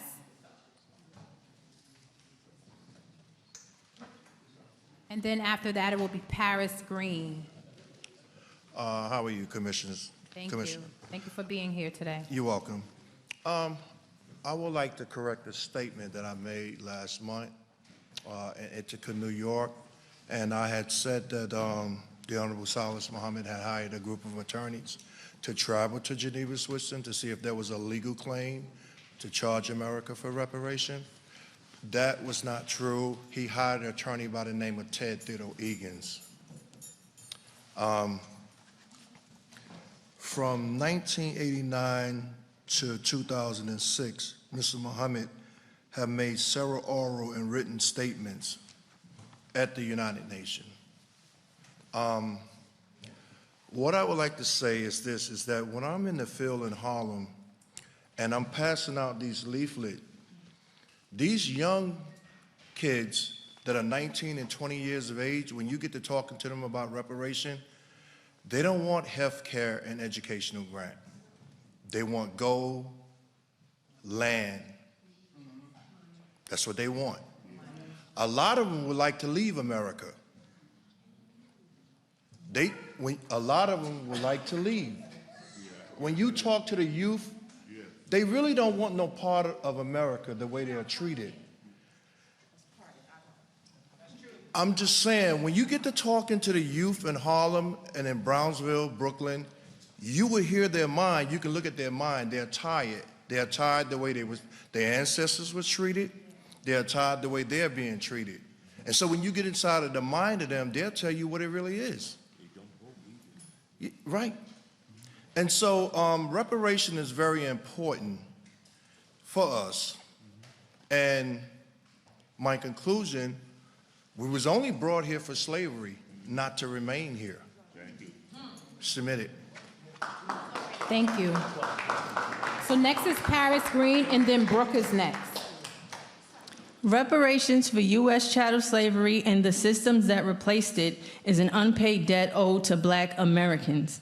Our ancestors were enslaved in the United States by the United States. This is an in-house lineage-based matter. Genealogy connects us directly to our ancestors from the North or South in this country as their living descendants. Each generation was born into a legacy of inherited debt and harm. The harm spans lifetimes, so the repair must too. That means direct lifetime cash payments are owed. It's always been about money and land, but let's talk money. New York abolished slavery in 1827, but the business never stopped. Cotton Belt states remain New York's business partners. Enslaved people planted and picked cotton. As a middleman, this empire state amassed wealth by financing, brokering, and exporting the product. Cotton was sent to New England textile mills and turned into fabric. That fabric went to New York companies like Brooks Brothers, which sold enslaved household worker uniforms to enslavers. You can't make new money here without the old money. The foundation of the U.S. economy was built on the stolen wealth from our ancestors. It's our money. For generations, the U.S. government has enriched immigrant families, businesses, entire countries, and economic pipelines they call the American dream, all while paying Black Americans in dehumanizing laws, policies, and practices. This task force was given $5 million and commissioned to partake in theft by loopholing people of African descent into a justice claim they have no right to. This is New York State sanctioned harm, violates the 14th Amendment, and is a curse stain on your legacy. Lifetime direct cash payments are owed to the descendants by proven lineage. I recommend you bring in economists so we can talk numbers for our lifetime generational inheritance. Thank you. Next, we have Brooke. Is Brooke here? I didn't think y'all was gonna let me speak, okay? Reparations are not about redlining or gentrification. These are symptoms. The root cause is slavery. The harm to freedmen in New York City began with chattel slavery and wounds that remain open. Let's be clear. Puerto Ricans were enslaved by Spain, Jewish people were persecuted by Germany, and Caribbean nations were colonized by various European powers. But only Black Americans were enslaved on this soil by this government, and for centuries it was enshrined in law. Today, someone mentioned Haitians migrating after the revolution. What they didn't mention is that Black collaborators who sided with the French were being killed by the formerly enslaved in Haiti. Those who escaped fled with their white owners and lovers to Louisiana, where they owned plantations, enslaved people under a different legal system. That group owes reparations too. Yet we're constantly told to unify behind struggle narratives that erase ours. In 1951, Ricky Ricardo, a Hispanic man, was married to a white woman on national TV. Meanwhile, Black entertainers couldn't even use the same bathrooms as their white colleagues. In a 1963 article in the Negro Digest by Lennox, I think I got that name wrong. By Lennox, describes how West Indian immigrants were treated better and given more opportunities than foundational Black Americans. Some were even classified as white. He cited a Trinidadian who was given a home loan, then refused to rent to Black Americans, mirroring America's exclusion of the freedmen. The book Back of the Hiring Line by Roy Beck outlines how immigration surges over 200 years created a loose labor market, suppressing wages and blocking Black Americans from economic mobility. It highlights how immigration policies have widened the racial wealth gap. Even Frederick Douglass and Barbara Jordan supported tighter labor migration to protect Black workers. Now we hear talk of co-ops and housing opportunities, but as recent testimonies have shown, Black New Yorkers have already been displaced. So who are these co-ops for? They not restoring what was taken from the freedmen. To this commission, if you were truly interested in studying history, please hold a hearing presentation on how immigration has harmed foundational Black Americans. Too often, other groups benefit from our struggle, then move on while we remain stuck. I've watched y'all nonprofits spin y'all heels, reports, grants, promises, no real change. We don't need no handlers. Look at the Asagi Nation and their Thank you. Thank you, Brooke. Next, we have Dr. Jackie Cody. Is Dr. Cody here? After Dr. Cody is Kahir. Do I have that name right? Then after Kahir is Divine Prince.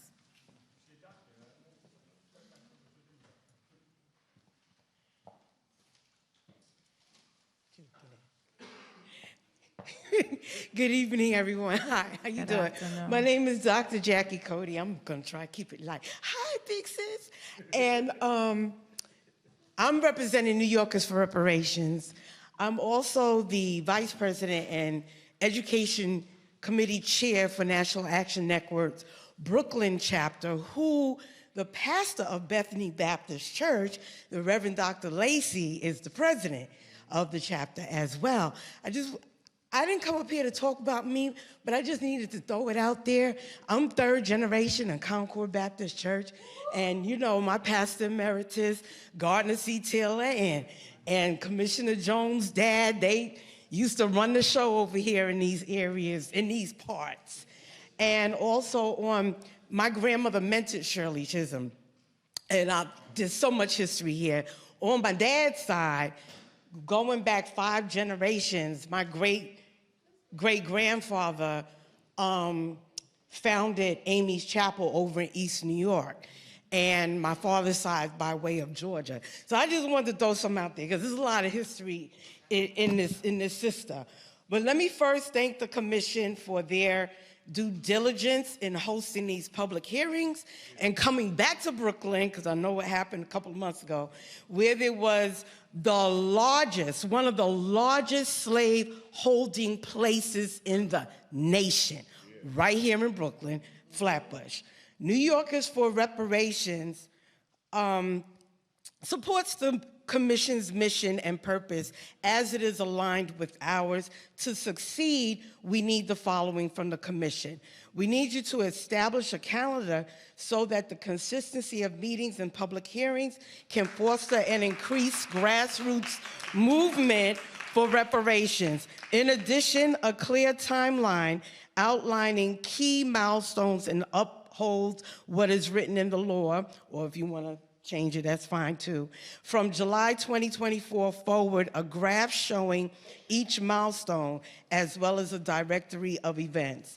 The graph should also show when public hearings will conclude, when a draft report will be released for public comment, the overall process between now and the extended December 2026. Having a calendar and a timeline enables the public to follow along and provide educated input.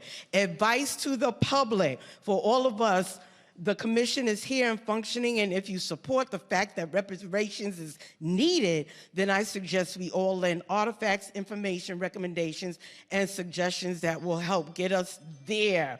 I want everyone to concentrate and focus on the 2026 New York State Thank you, gubernatorial. Dr. Cody. We are grateful to you. Dr. Cody, you can send an email, which we know you have the email address, or you can call us to finish your testimony, because we certainly want to hear the rest of your testimony. So thank you. All right. So next is Kahir. Thank you. Greetings. Good evening. And I'm glad to be here. Can you repeat your name for us? Kwahir. Kwahir. Thank you.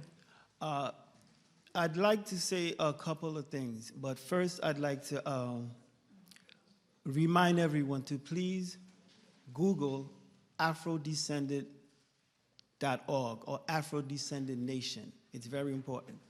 Now, I was going to give you some history about the Afrodescendant Nation, but after what my sister to the left stated, I decided to change what I was about to say. Number one, reparations was paid to the descendants of slaves already, but it was reneged. Yes, 40 acres and a mule was paid to us. However, after Lincoln was assassinated, look it up. We're going to let him finish, please. Let's keep a respectful environment. It's called Field Order Number 15 by William Tecumseh Sherman under President Lincoln. After Lincoln was assassinated, they took the land back. Okay? Number one, give us back that land. Number two, give us machinery or whatever we need to till the soil. Give us money, go whatever we decide we want. Now, I noticed there's some kind of it's a little tense in here, and I understand. I've been fighting for reparations since 1991.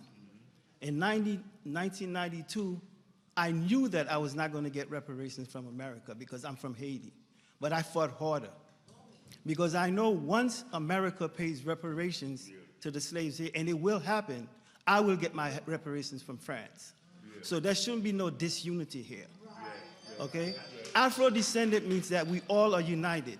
And if you count the Afro-descendants, it's about 250 million of us. Imagine 250 million black people standing together. Once America pays reparations, France will pay reparations, Portugal will pay reparations, all of them will pay reparations. Thank you. Thank you. Thank you, Quahir. Next we'll have, after Divine, is Chantel Williams and Kamara Hudson. My name is Divine Prince. I'm the president of the U.S. Freedmen Project, and I'm a Brooklyn boy. And I heard a Brooklyn songwriter say, every day I wake up, somebody got a problem with Hov. Who knew that somebody would be the entire New York Reparations Community Commission? Ain't no love in the heart of the city and in the heart of this commission. Imagine voting to punish the most committed members of the community to this process, voting to Jim Crow us to the back of the proverbial bus, the back of the speaker's line, when you're supposed to be honoring our ancestors who were Jim Crow survivors. I'm disappointed that the vote passed unanimously. See, we expect these underhanded tactics from Dr. Daniels and Daniel Favors Esquire. They're here to fight against the Black American community in favor of their Pan-African American community. They advocate for our ethnocide. Dr. Ron is on record at a Fulton County reparations hearing saying that today's Afro-immigrant is tomorrow's African-American. And Commissioner Lurie is on record saying that Black Americans need to fight for immigration because we can and could be deported like the Jamaican side of her family. You know what we don't hear, though? Anyone citing all the studies and reports dealing how immigration as a whole, including Afro-immigrants, negatively affect Black Americans and help to usher in gentrification. Based on the racial of African descent language of this bill, that's a conflict of interest. Frederick Douglass, A. Philip Randolph, Barbara Jordan, and Coretta Scott King all advocated for the protection of Black Americans from the negative effects of immigration. Today is the Statue of Liberty's birthday. She was gifted to the USA to honor Black Americans that forced this country to recognize our emancipation. In 1987, Reagan and right-wing white supremacy takes our day and makes it National Immigrant Day. It helps to propagate the narrative that America was built by immigrants, thus erasing our connection to Lady Liberty. Now we're dealing with the same erasure from left-wing white supremacy. So we're stuck on the ABCs because this commission is built on a faulty foundation, and you refuse to change it even though the legislation allows it. And we were told by the authors of both bills that you would change it once you saw fit. So I sound the same because the truth don't change. Race-based reparations are morally, legally, and historically unjust. Global unity based on melanin has never meant let's follow a religion that claims we're all just Africans in different countries. The U.S. Freedmen Project created a presentation that details the reparations movement has always been lineage-based. It's not until Dr. Ron's modern Pan-African org show up that you get this conflation of Black Americans and Afro-immigrants. It's why Callie House's org fought for ex-slaves in the USA to get a pension. Queen Mother Orly Moore fought for slavery descendants to get reparations and had a separate organization dedicated to the interests of Afro-immigrants and the diaspora. Malcolm X gave a speech at Michigan State advocating for reparations for those that built the country. Dr. King called us descendants of slaves and said we were going to Washington to get our check since this government was propping up immigrants to our detriment. Randall Robinson, founder of Trans-Africa, advocated for the continent and Caribbean and wrote The Debt, what white America owes blacks, where he lays out a lineage-based claim. So when it sounds like I'm saying the same thing over and over again, while you're focused on the ABCs that you missed the nuance that would have taken you to ABCD, D is for the damages and debt. Oh, I got some seconds left. Thank D you. is for, don't we see some seconds? All right, Mr. Divine. We Thank you. Appreciate you. Thank you. Chantel, you are next, and then Kamara is next. Madam Chair, for the record, that was a false statement attributed to me. Just clarifying for the record. Thank you. Thank you. We're gonna continue. Thank you, I have an Commissioner. extensive public Chantel. record, and you can check. Okay, we're gonna pause so that we can make room. Thank you. And thank you. So Chantel, we're gonna continue with you. Thank you. Good evening, Commissioners. My name is Chantel Williams, and I represent the New York Civil Liberties Union's Racial Justice Center in partnership with the New Yorkers for Reparations Coalition. For centuries, New York has not only oppressed Black individuals, it has sought to suppress Black collective thought and action. In 1730, the state enacted a slave code that prohibited enslaved people from gathering in groups larger than 3 without permission and supervision. This was not only about controlling bodies, it was about controlling minds. It was an attempt to destroy the power of shared ideas, to criminalize Black assembly, Black communication, and Black resistance. That legacy did not end with slavery, it simply evolved. Through policy making and public education, housing, labor, healthcare, and the criminal legal system, Black voices have been excluded from the very conversations that shaped our lives. And that's why the space that these public hearings provide is so important, and why it must be used to cultivate Black collective thought. As it stands, community members are allotted 3 minutes to speak. In that time, people are expected to summarize their generational traumas and give policy recommendations in isolation. This structure does not invite collective thought. It fragments experiences that were meant to be shared and connected and understood together. We need space for collective analysis and honest disagreement. And that's why I urge the Commission to continue to engage with the community. This means collecting not only policy recommendations, but stories, because it is these lived experiences that will ground this work and guide this work. In Students for Fair Admissions versus Harvard, the US Supreme Court made clear that general claims of racial injustice are not enough. To survive constitutional scrutiny, race-conscious remedies must rest on factual records of specific harms. Building that strong record requires more than testimony created in isolation. It requires conversation. I propose creating facilitated group sessions where commissioners, experts, and impacted community members sit together, not in debate, but in dialogue. Spaces where experts respond and help build out community testimony, and community members can question and challenge experts in return. This is how policy is co-created. If New York is serious about reparations, then we must build a process that uplifts stories of individual harms, not just policy, and create a record strong enough that will carry us through the courts. Thank you. Thank you.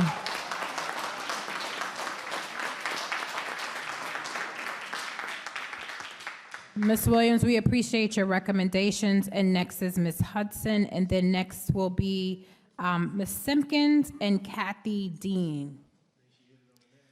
Good evening, members of the New York State Reparations Commission. My name is Kamara Stokes Hudson. I'm a third-generation New Yorker. I was born in Brooklyn. I attended New York City public schools, and currently am a bedside resident.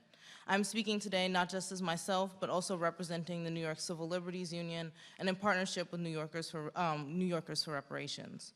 Tonight, I am here to highlight the legacies of slavery in our education system, which continue to prevent Black Brooklynites from receiving an equitable education. For over 2 centuries, New York State has systematically denied Black New Yorkers access to quality education through policies, legislation, and state inaction. This discrimination began immediately after slavery ended, when the New York African Free School opened in 1794. It faced opposition and was forced to relocate. In Brooklyn, the building that housed the colored school number 1 was described as a dilapidated old wooden building. These patterns established a precedent. Black students would be relegated to unsafe, inadequate facilities. This legacy persists today in Brooklyn and across New York State.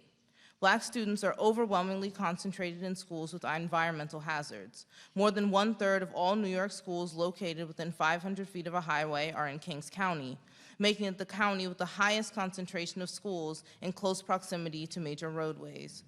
In neighborhoods like Brownsville and East New York, more than 900 elementary school classrooms have tested positive for deteriorating lead paint.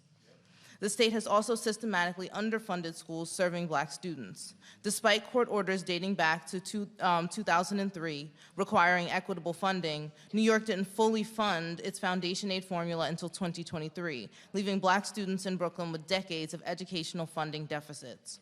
The harm extends beyond facilities to exclusionary practices. Between 1989 and 2017, the percentage of Black students enrolled in Brooklyn Tech dropped from 50% to just above 10.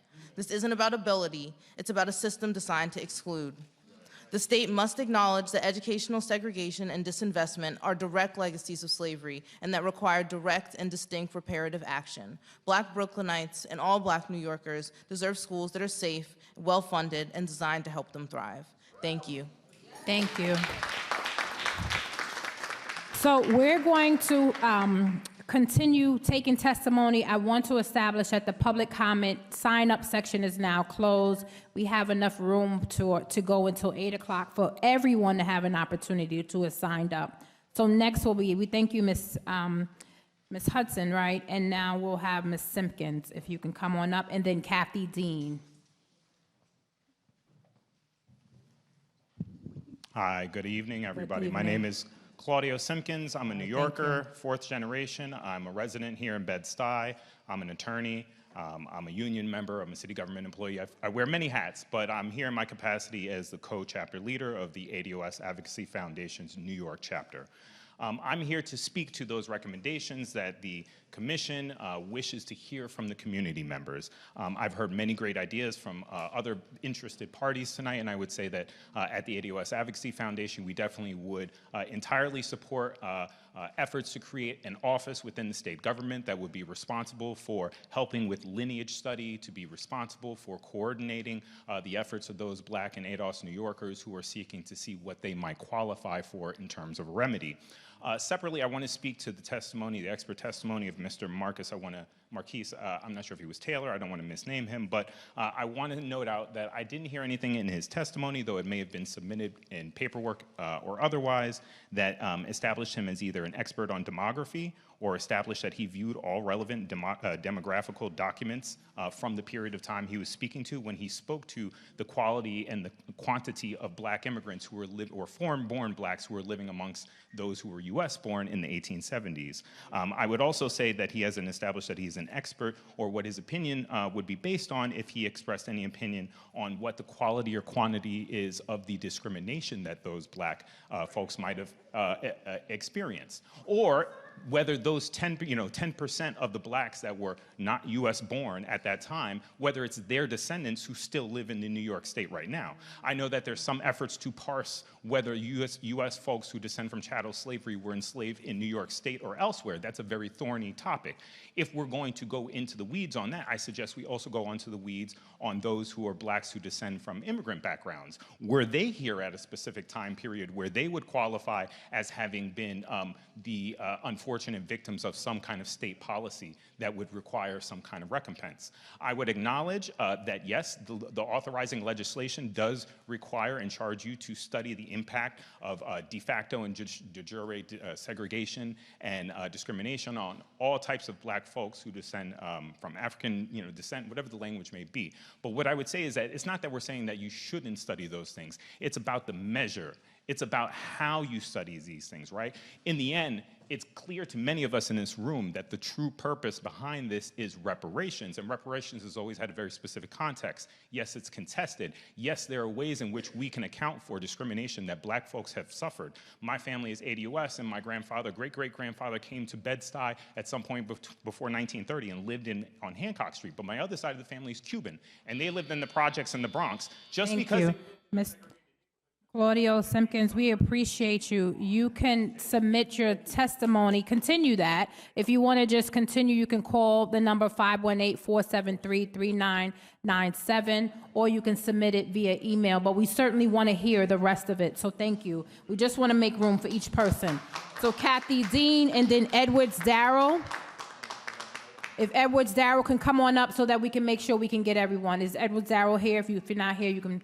We're going to go to the next person, and so that will be Clausel Pan after Kathy Dean. So thank you, Kathy Dean. Yes, good evening, distinguished members of New York State Community Commission on Reparations. Someone fix that mic for her, please. Okay, all right. There you go. Good evening, distinguished members of the New York State Community Commission on Reparations. My name is Kathy Dean, and I am a global war on terrorism disabled woman veteran. I proudly stand before you as a veteran and a present-day direct descendant of two American freedmen, Hill Cherry, also known as Hill Cherry Jr., and his father, Hill Cherry Sr. Both served honorably in the 14th Regiment of the United States Colored Heavy Artillery during the Civil War. On January 7th, 1865, they enlisted in Plymouth, North Carolina. Though born in North Carolina, their service was credited to New York State to meet its troop quotas. Hill Gillum's service was credited to Casanova, Hamilton County, and Hill Cherry Sr.'s service to Henderson, Jefferson County. In total, 40 men were credited to New York in this way. New York State benefited from their sacrifice, and now it is New York's debt to repay their descendants. As a global war on terrorism disabled veteran and a direct descendant of these freedmen, I urge you to recognize their contributions and strongly admonish the New York State Legislature to pass a disaggregation law that pinpoints the needs of present-day direct descendants of American freedmen, just as they have done for Asian Americans, Pacific Islanders, and Middle Eastern and North African communities. Thank y'all. Thank you, Ms. Dean, and thank you for your service. So next we will have Clauzelle Payen, Eva Butler, and Keisha Forrester. If you can come on up to the microphone. Are you here? Clauzelle Payen, Eva Butler, and Keisha Forrester. Are you here? If not, I'm going to go to the last and final sheet. Litter DJ. I can't read. Or Hardy. I'm sorry. Ellie Hardy. Laura, your script was real hard for me to read, Laura. I'm sorry. All right, thank you. Hi, good evening, everyone. My name is Laura Harding. I'm here to represent New Yorkers for Reparations, but I am a Bed-Stuy, Brooklyn Tech, Satellite East, PS44 grad. Nonetheless, there are two things I want to talk to you all about tonight. First are the policy recommendations. There needs to be an office, there needs to be a fund. It needs to come from not only the government, whether it's the cannabis tax or not, but also from the corporations who benefited off of the backs of enslaved African Americans.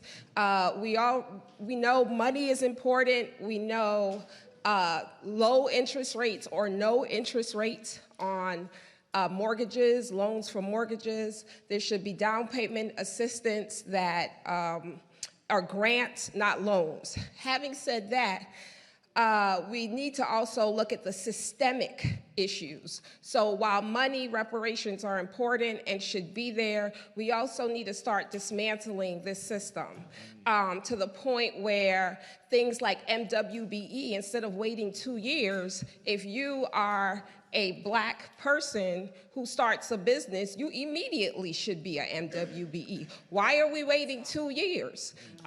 You know, there are little things like that that really are disenfranchising us. And the last thing I want to get to is y'all, because y'all need a good talking to. Listen here, this 4 to 8 is not going to cut it. I organized the Long Island thing. No one from Long Island, really no one in the city who works can get here at 4 o'clock, especially if you have children, you're traveling.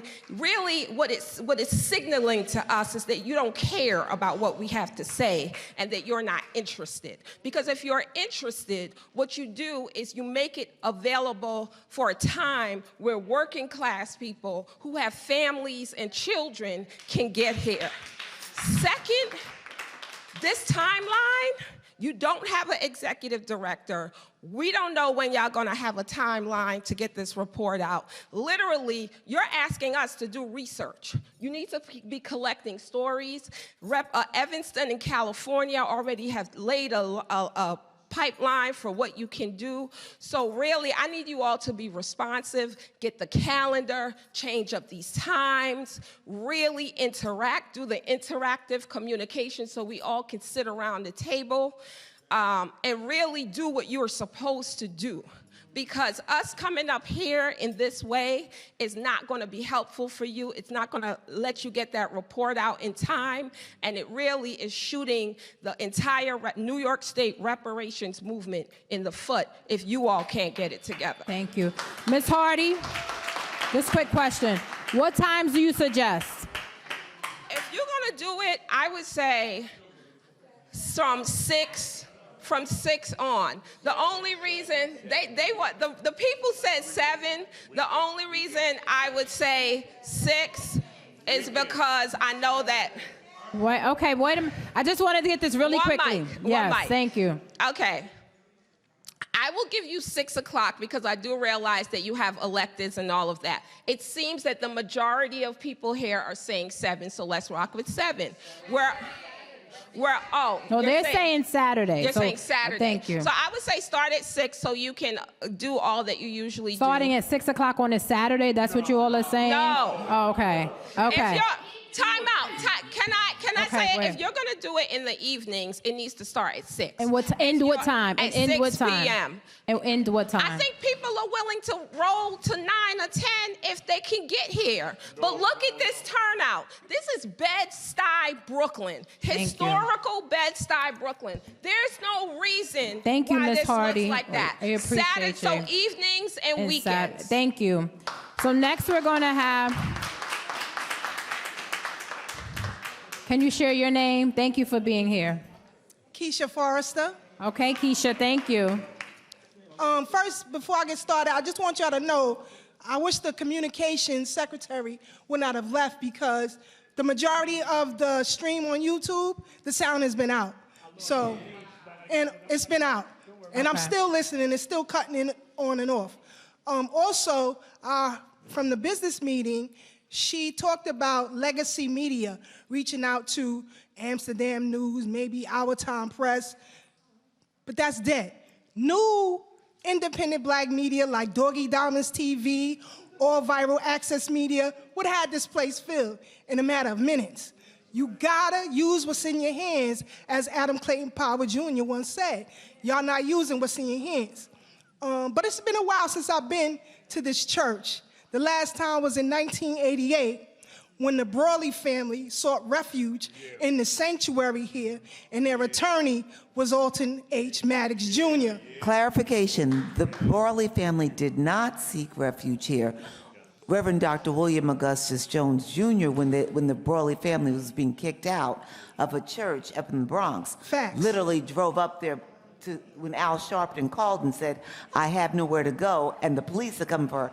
He drove up there, put them in his car, and brought them back here. Facts. He took care of them. Facts. And I'm also aware of your uncle Lewis Clayton Jones as well, because I was around back then. So just to let y'all know, I am Brooklyn thorough. From my head to toe, I am dressed with garments and footwear created by foundational black Americans. I just don't talk this, I live it. My great-great-grandmothers are buried right here in Brooklyn, exactly 2.5 miles from where I live. One of my great-grandmothers was an employee of mobster Lucky Luciano. I don't claim to be gangster, but I am thorough, so I'm just letting y'all know that. Prior to gentrification, there's always an influx of immigration. My grandparents and great-grandparents had to deal with the Irish, had to deal with the Italians, and the Puerto Ricans, who became landlords and kicked them out. My grandmother and great-grandmother had to physically fight them because they called them the N-word every chance they get. So the precursor of gentrification is always immigration. And I'm gonna land there. The next time y'all come, be Brooklyn thorough, you heard? All right.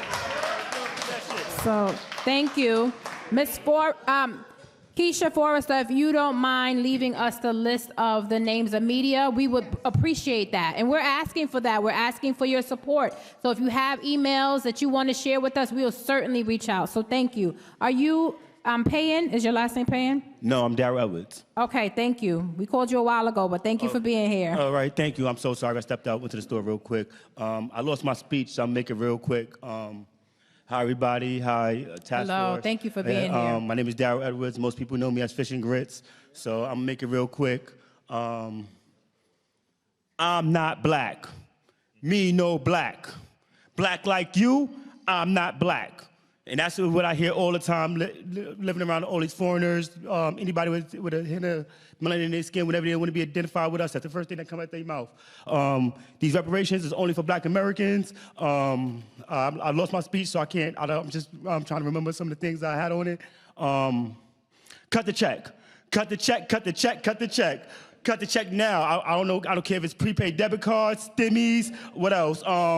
Direct cash payments, tax credit, like I said, but we need it now. Can we get it like before the end of this year? I'm trying to have a good Christmas. What else? Like that commercial, like I said, yeah, we need cash now. Can we cut some cash now soon? The government shut down, so you can send the money this way. And last but not least, my recommendation. My recommendation is bring Bring back the protections from the Freeman era, all the Reconstruction laws. Now you can start there. All the laws they took from us during Reconstruction, you can start right there. Reenact all the Freeman, the Reconstruction laws reenact the laws from Reconstruction for us. That's it. All the protections, all the stuff you take away from us. That's it. Thank you. Thank you for being here today. Can you share your name? Yes, my name is Monifa Bandele. I'm with the Malcolm X Grassroots Movement and the Movement for Black Lives. I did have a statement today, but I put it away because I feel like this is an important moment to talk about what it means to be family and what it talks about to win in this moment. And I've heard a lot of people talk about history in this space. And one of the things that history has always taught me is that Black people have never won anything by fighting within the boundaries drawn by colonial powers. There is no way, if you go back to whether or not when it was we were enslaved here in the United States, yes, I'm from Brooklyn, yes, my ancestors are from here, but also they benefited from the Haitian Revolution. In South Carolina, they benefited when Haitians got on a boat to come and free Africans in South Carolina. When Haitians traveled to Louisiana. I'm not Haitian, but I benefit a great deal from the Haitian people. There's a storm barreling down on Jamaica right now. Yes. And it just like Hurricane Melissa doesn't care if you're from Jamaica, Texas, Georgia, Alabama, neither does white supremacy. And yes, it is important to make very specific legal claims. We understand reparations. We've been studying reparations. Our organization is named after Malcolm X, who is the son of a Black immigrant, Louise Langdon Little from Grenada. That's right, together. Both. So the wedge that is being pushed here will sink our movement.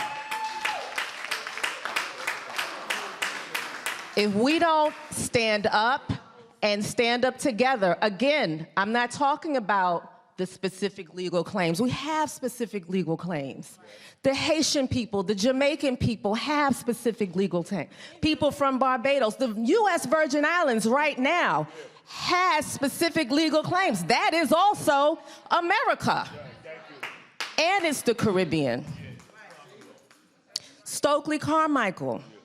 Like all of our movements, every organization that you have named this evening had Afro descendants from the diaspora in them. You have not named a single formation.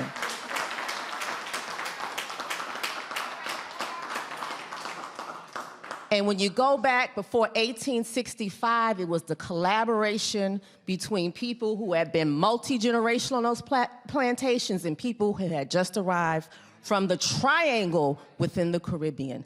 So you can't name a single movement. Thank you very much. I love y'all all, and I hope we can talk together. Thank you. So next we have Dr. Willett Group. The Dr. Willett Group. All right, we're gonna. Greetings, Thank everyone. you. Sorry for my appearance. It's Share cold your name. outside. Please share your name. Sure. My name is Honorable Sasha B. Eel from Dr. World Group. We contribute to overcoming dehumanization. I'm a delegate of the World Conference of Mayors, in addition to doing national, regional, and international work. Our story is not monolithic, so I'm gonna stop there with that.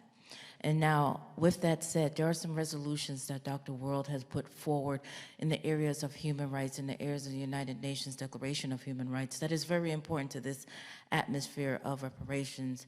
Some people will state it's restitution and other things. All the experiences that we have had as a people, whatever shade you are, needs to be recognized because we also have been Holocausts. And we should remember, we shall never forget, and we should never repeat what has happened to us. And in doing that, we must come together to be able to address it appropriately. So I say this, we have several resolutions. One, that the Commission can come and join us in contributing to overcoming dehumanization. Two, to find a space where in this work we are addressing the United Nations of Mayors 6th Region Red Card Campaign Sanctuary Asylum. And I want y'all to not get thrown off by sanctuary asylum, because they've redefined it incorrectly. Sanctuary asylum should be a safe zone, a safe place where your human rights is not subjugated.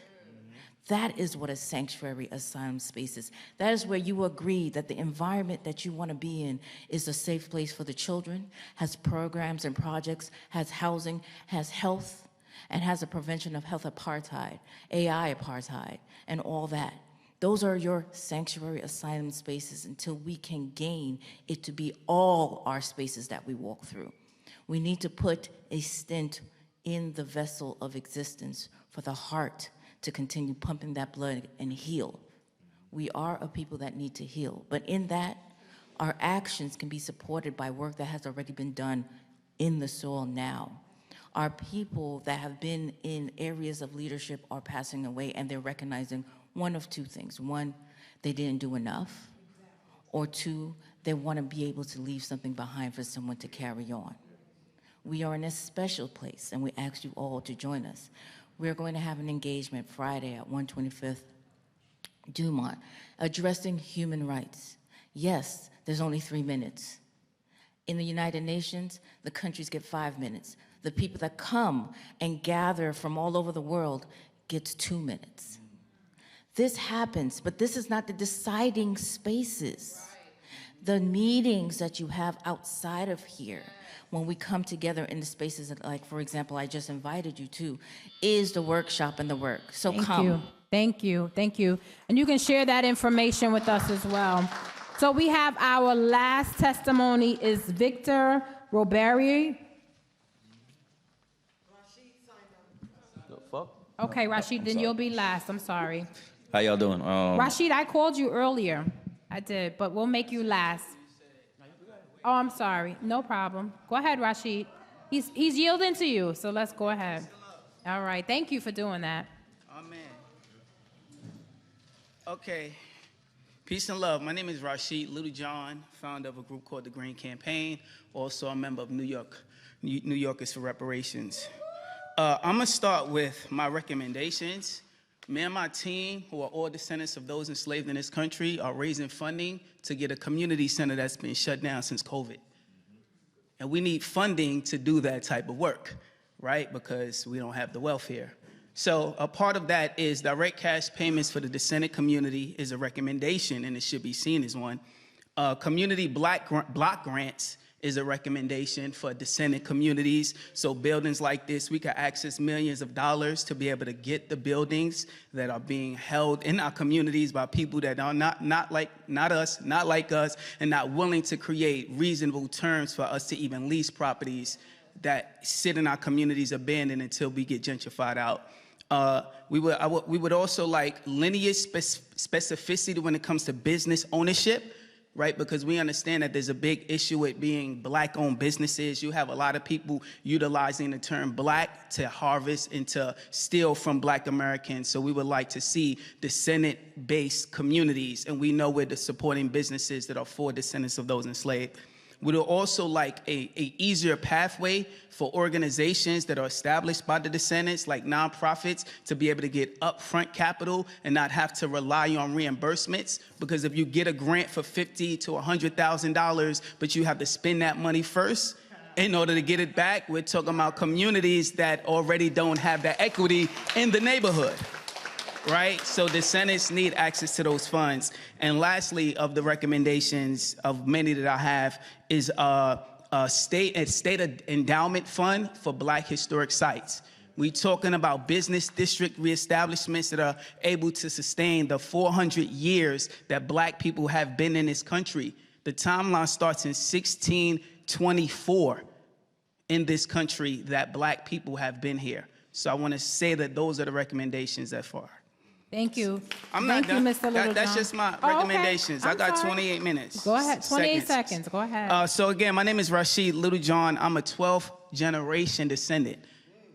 12 generations. The 4th governor of this state was Sir Edmund Andros. He enslaved my descendants' family and brought them to New York, then trafficked them to Maryland and then to South Carolina.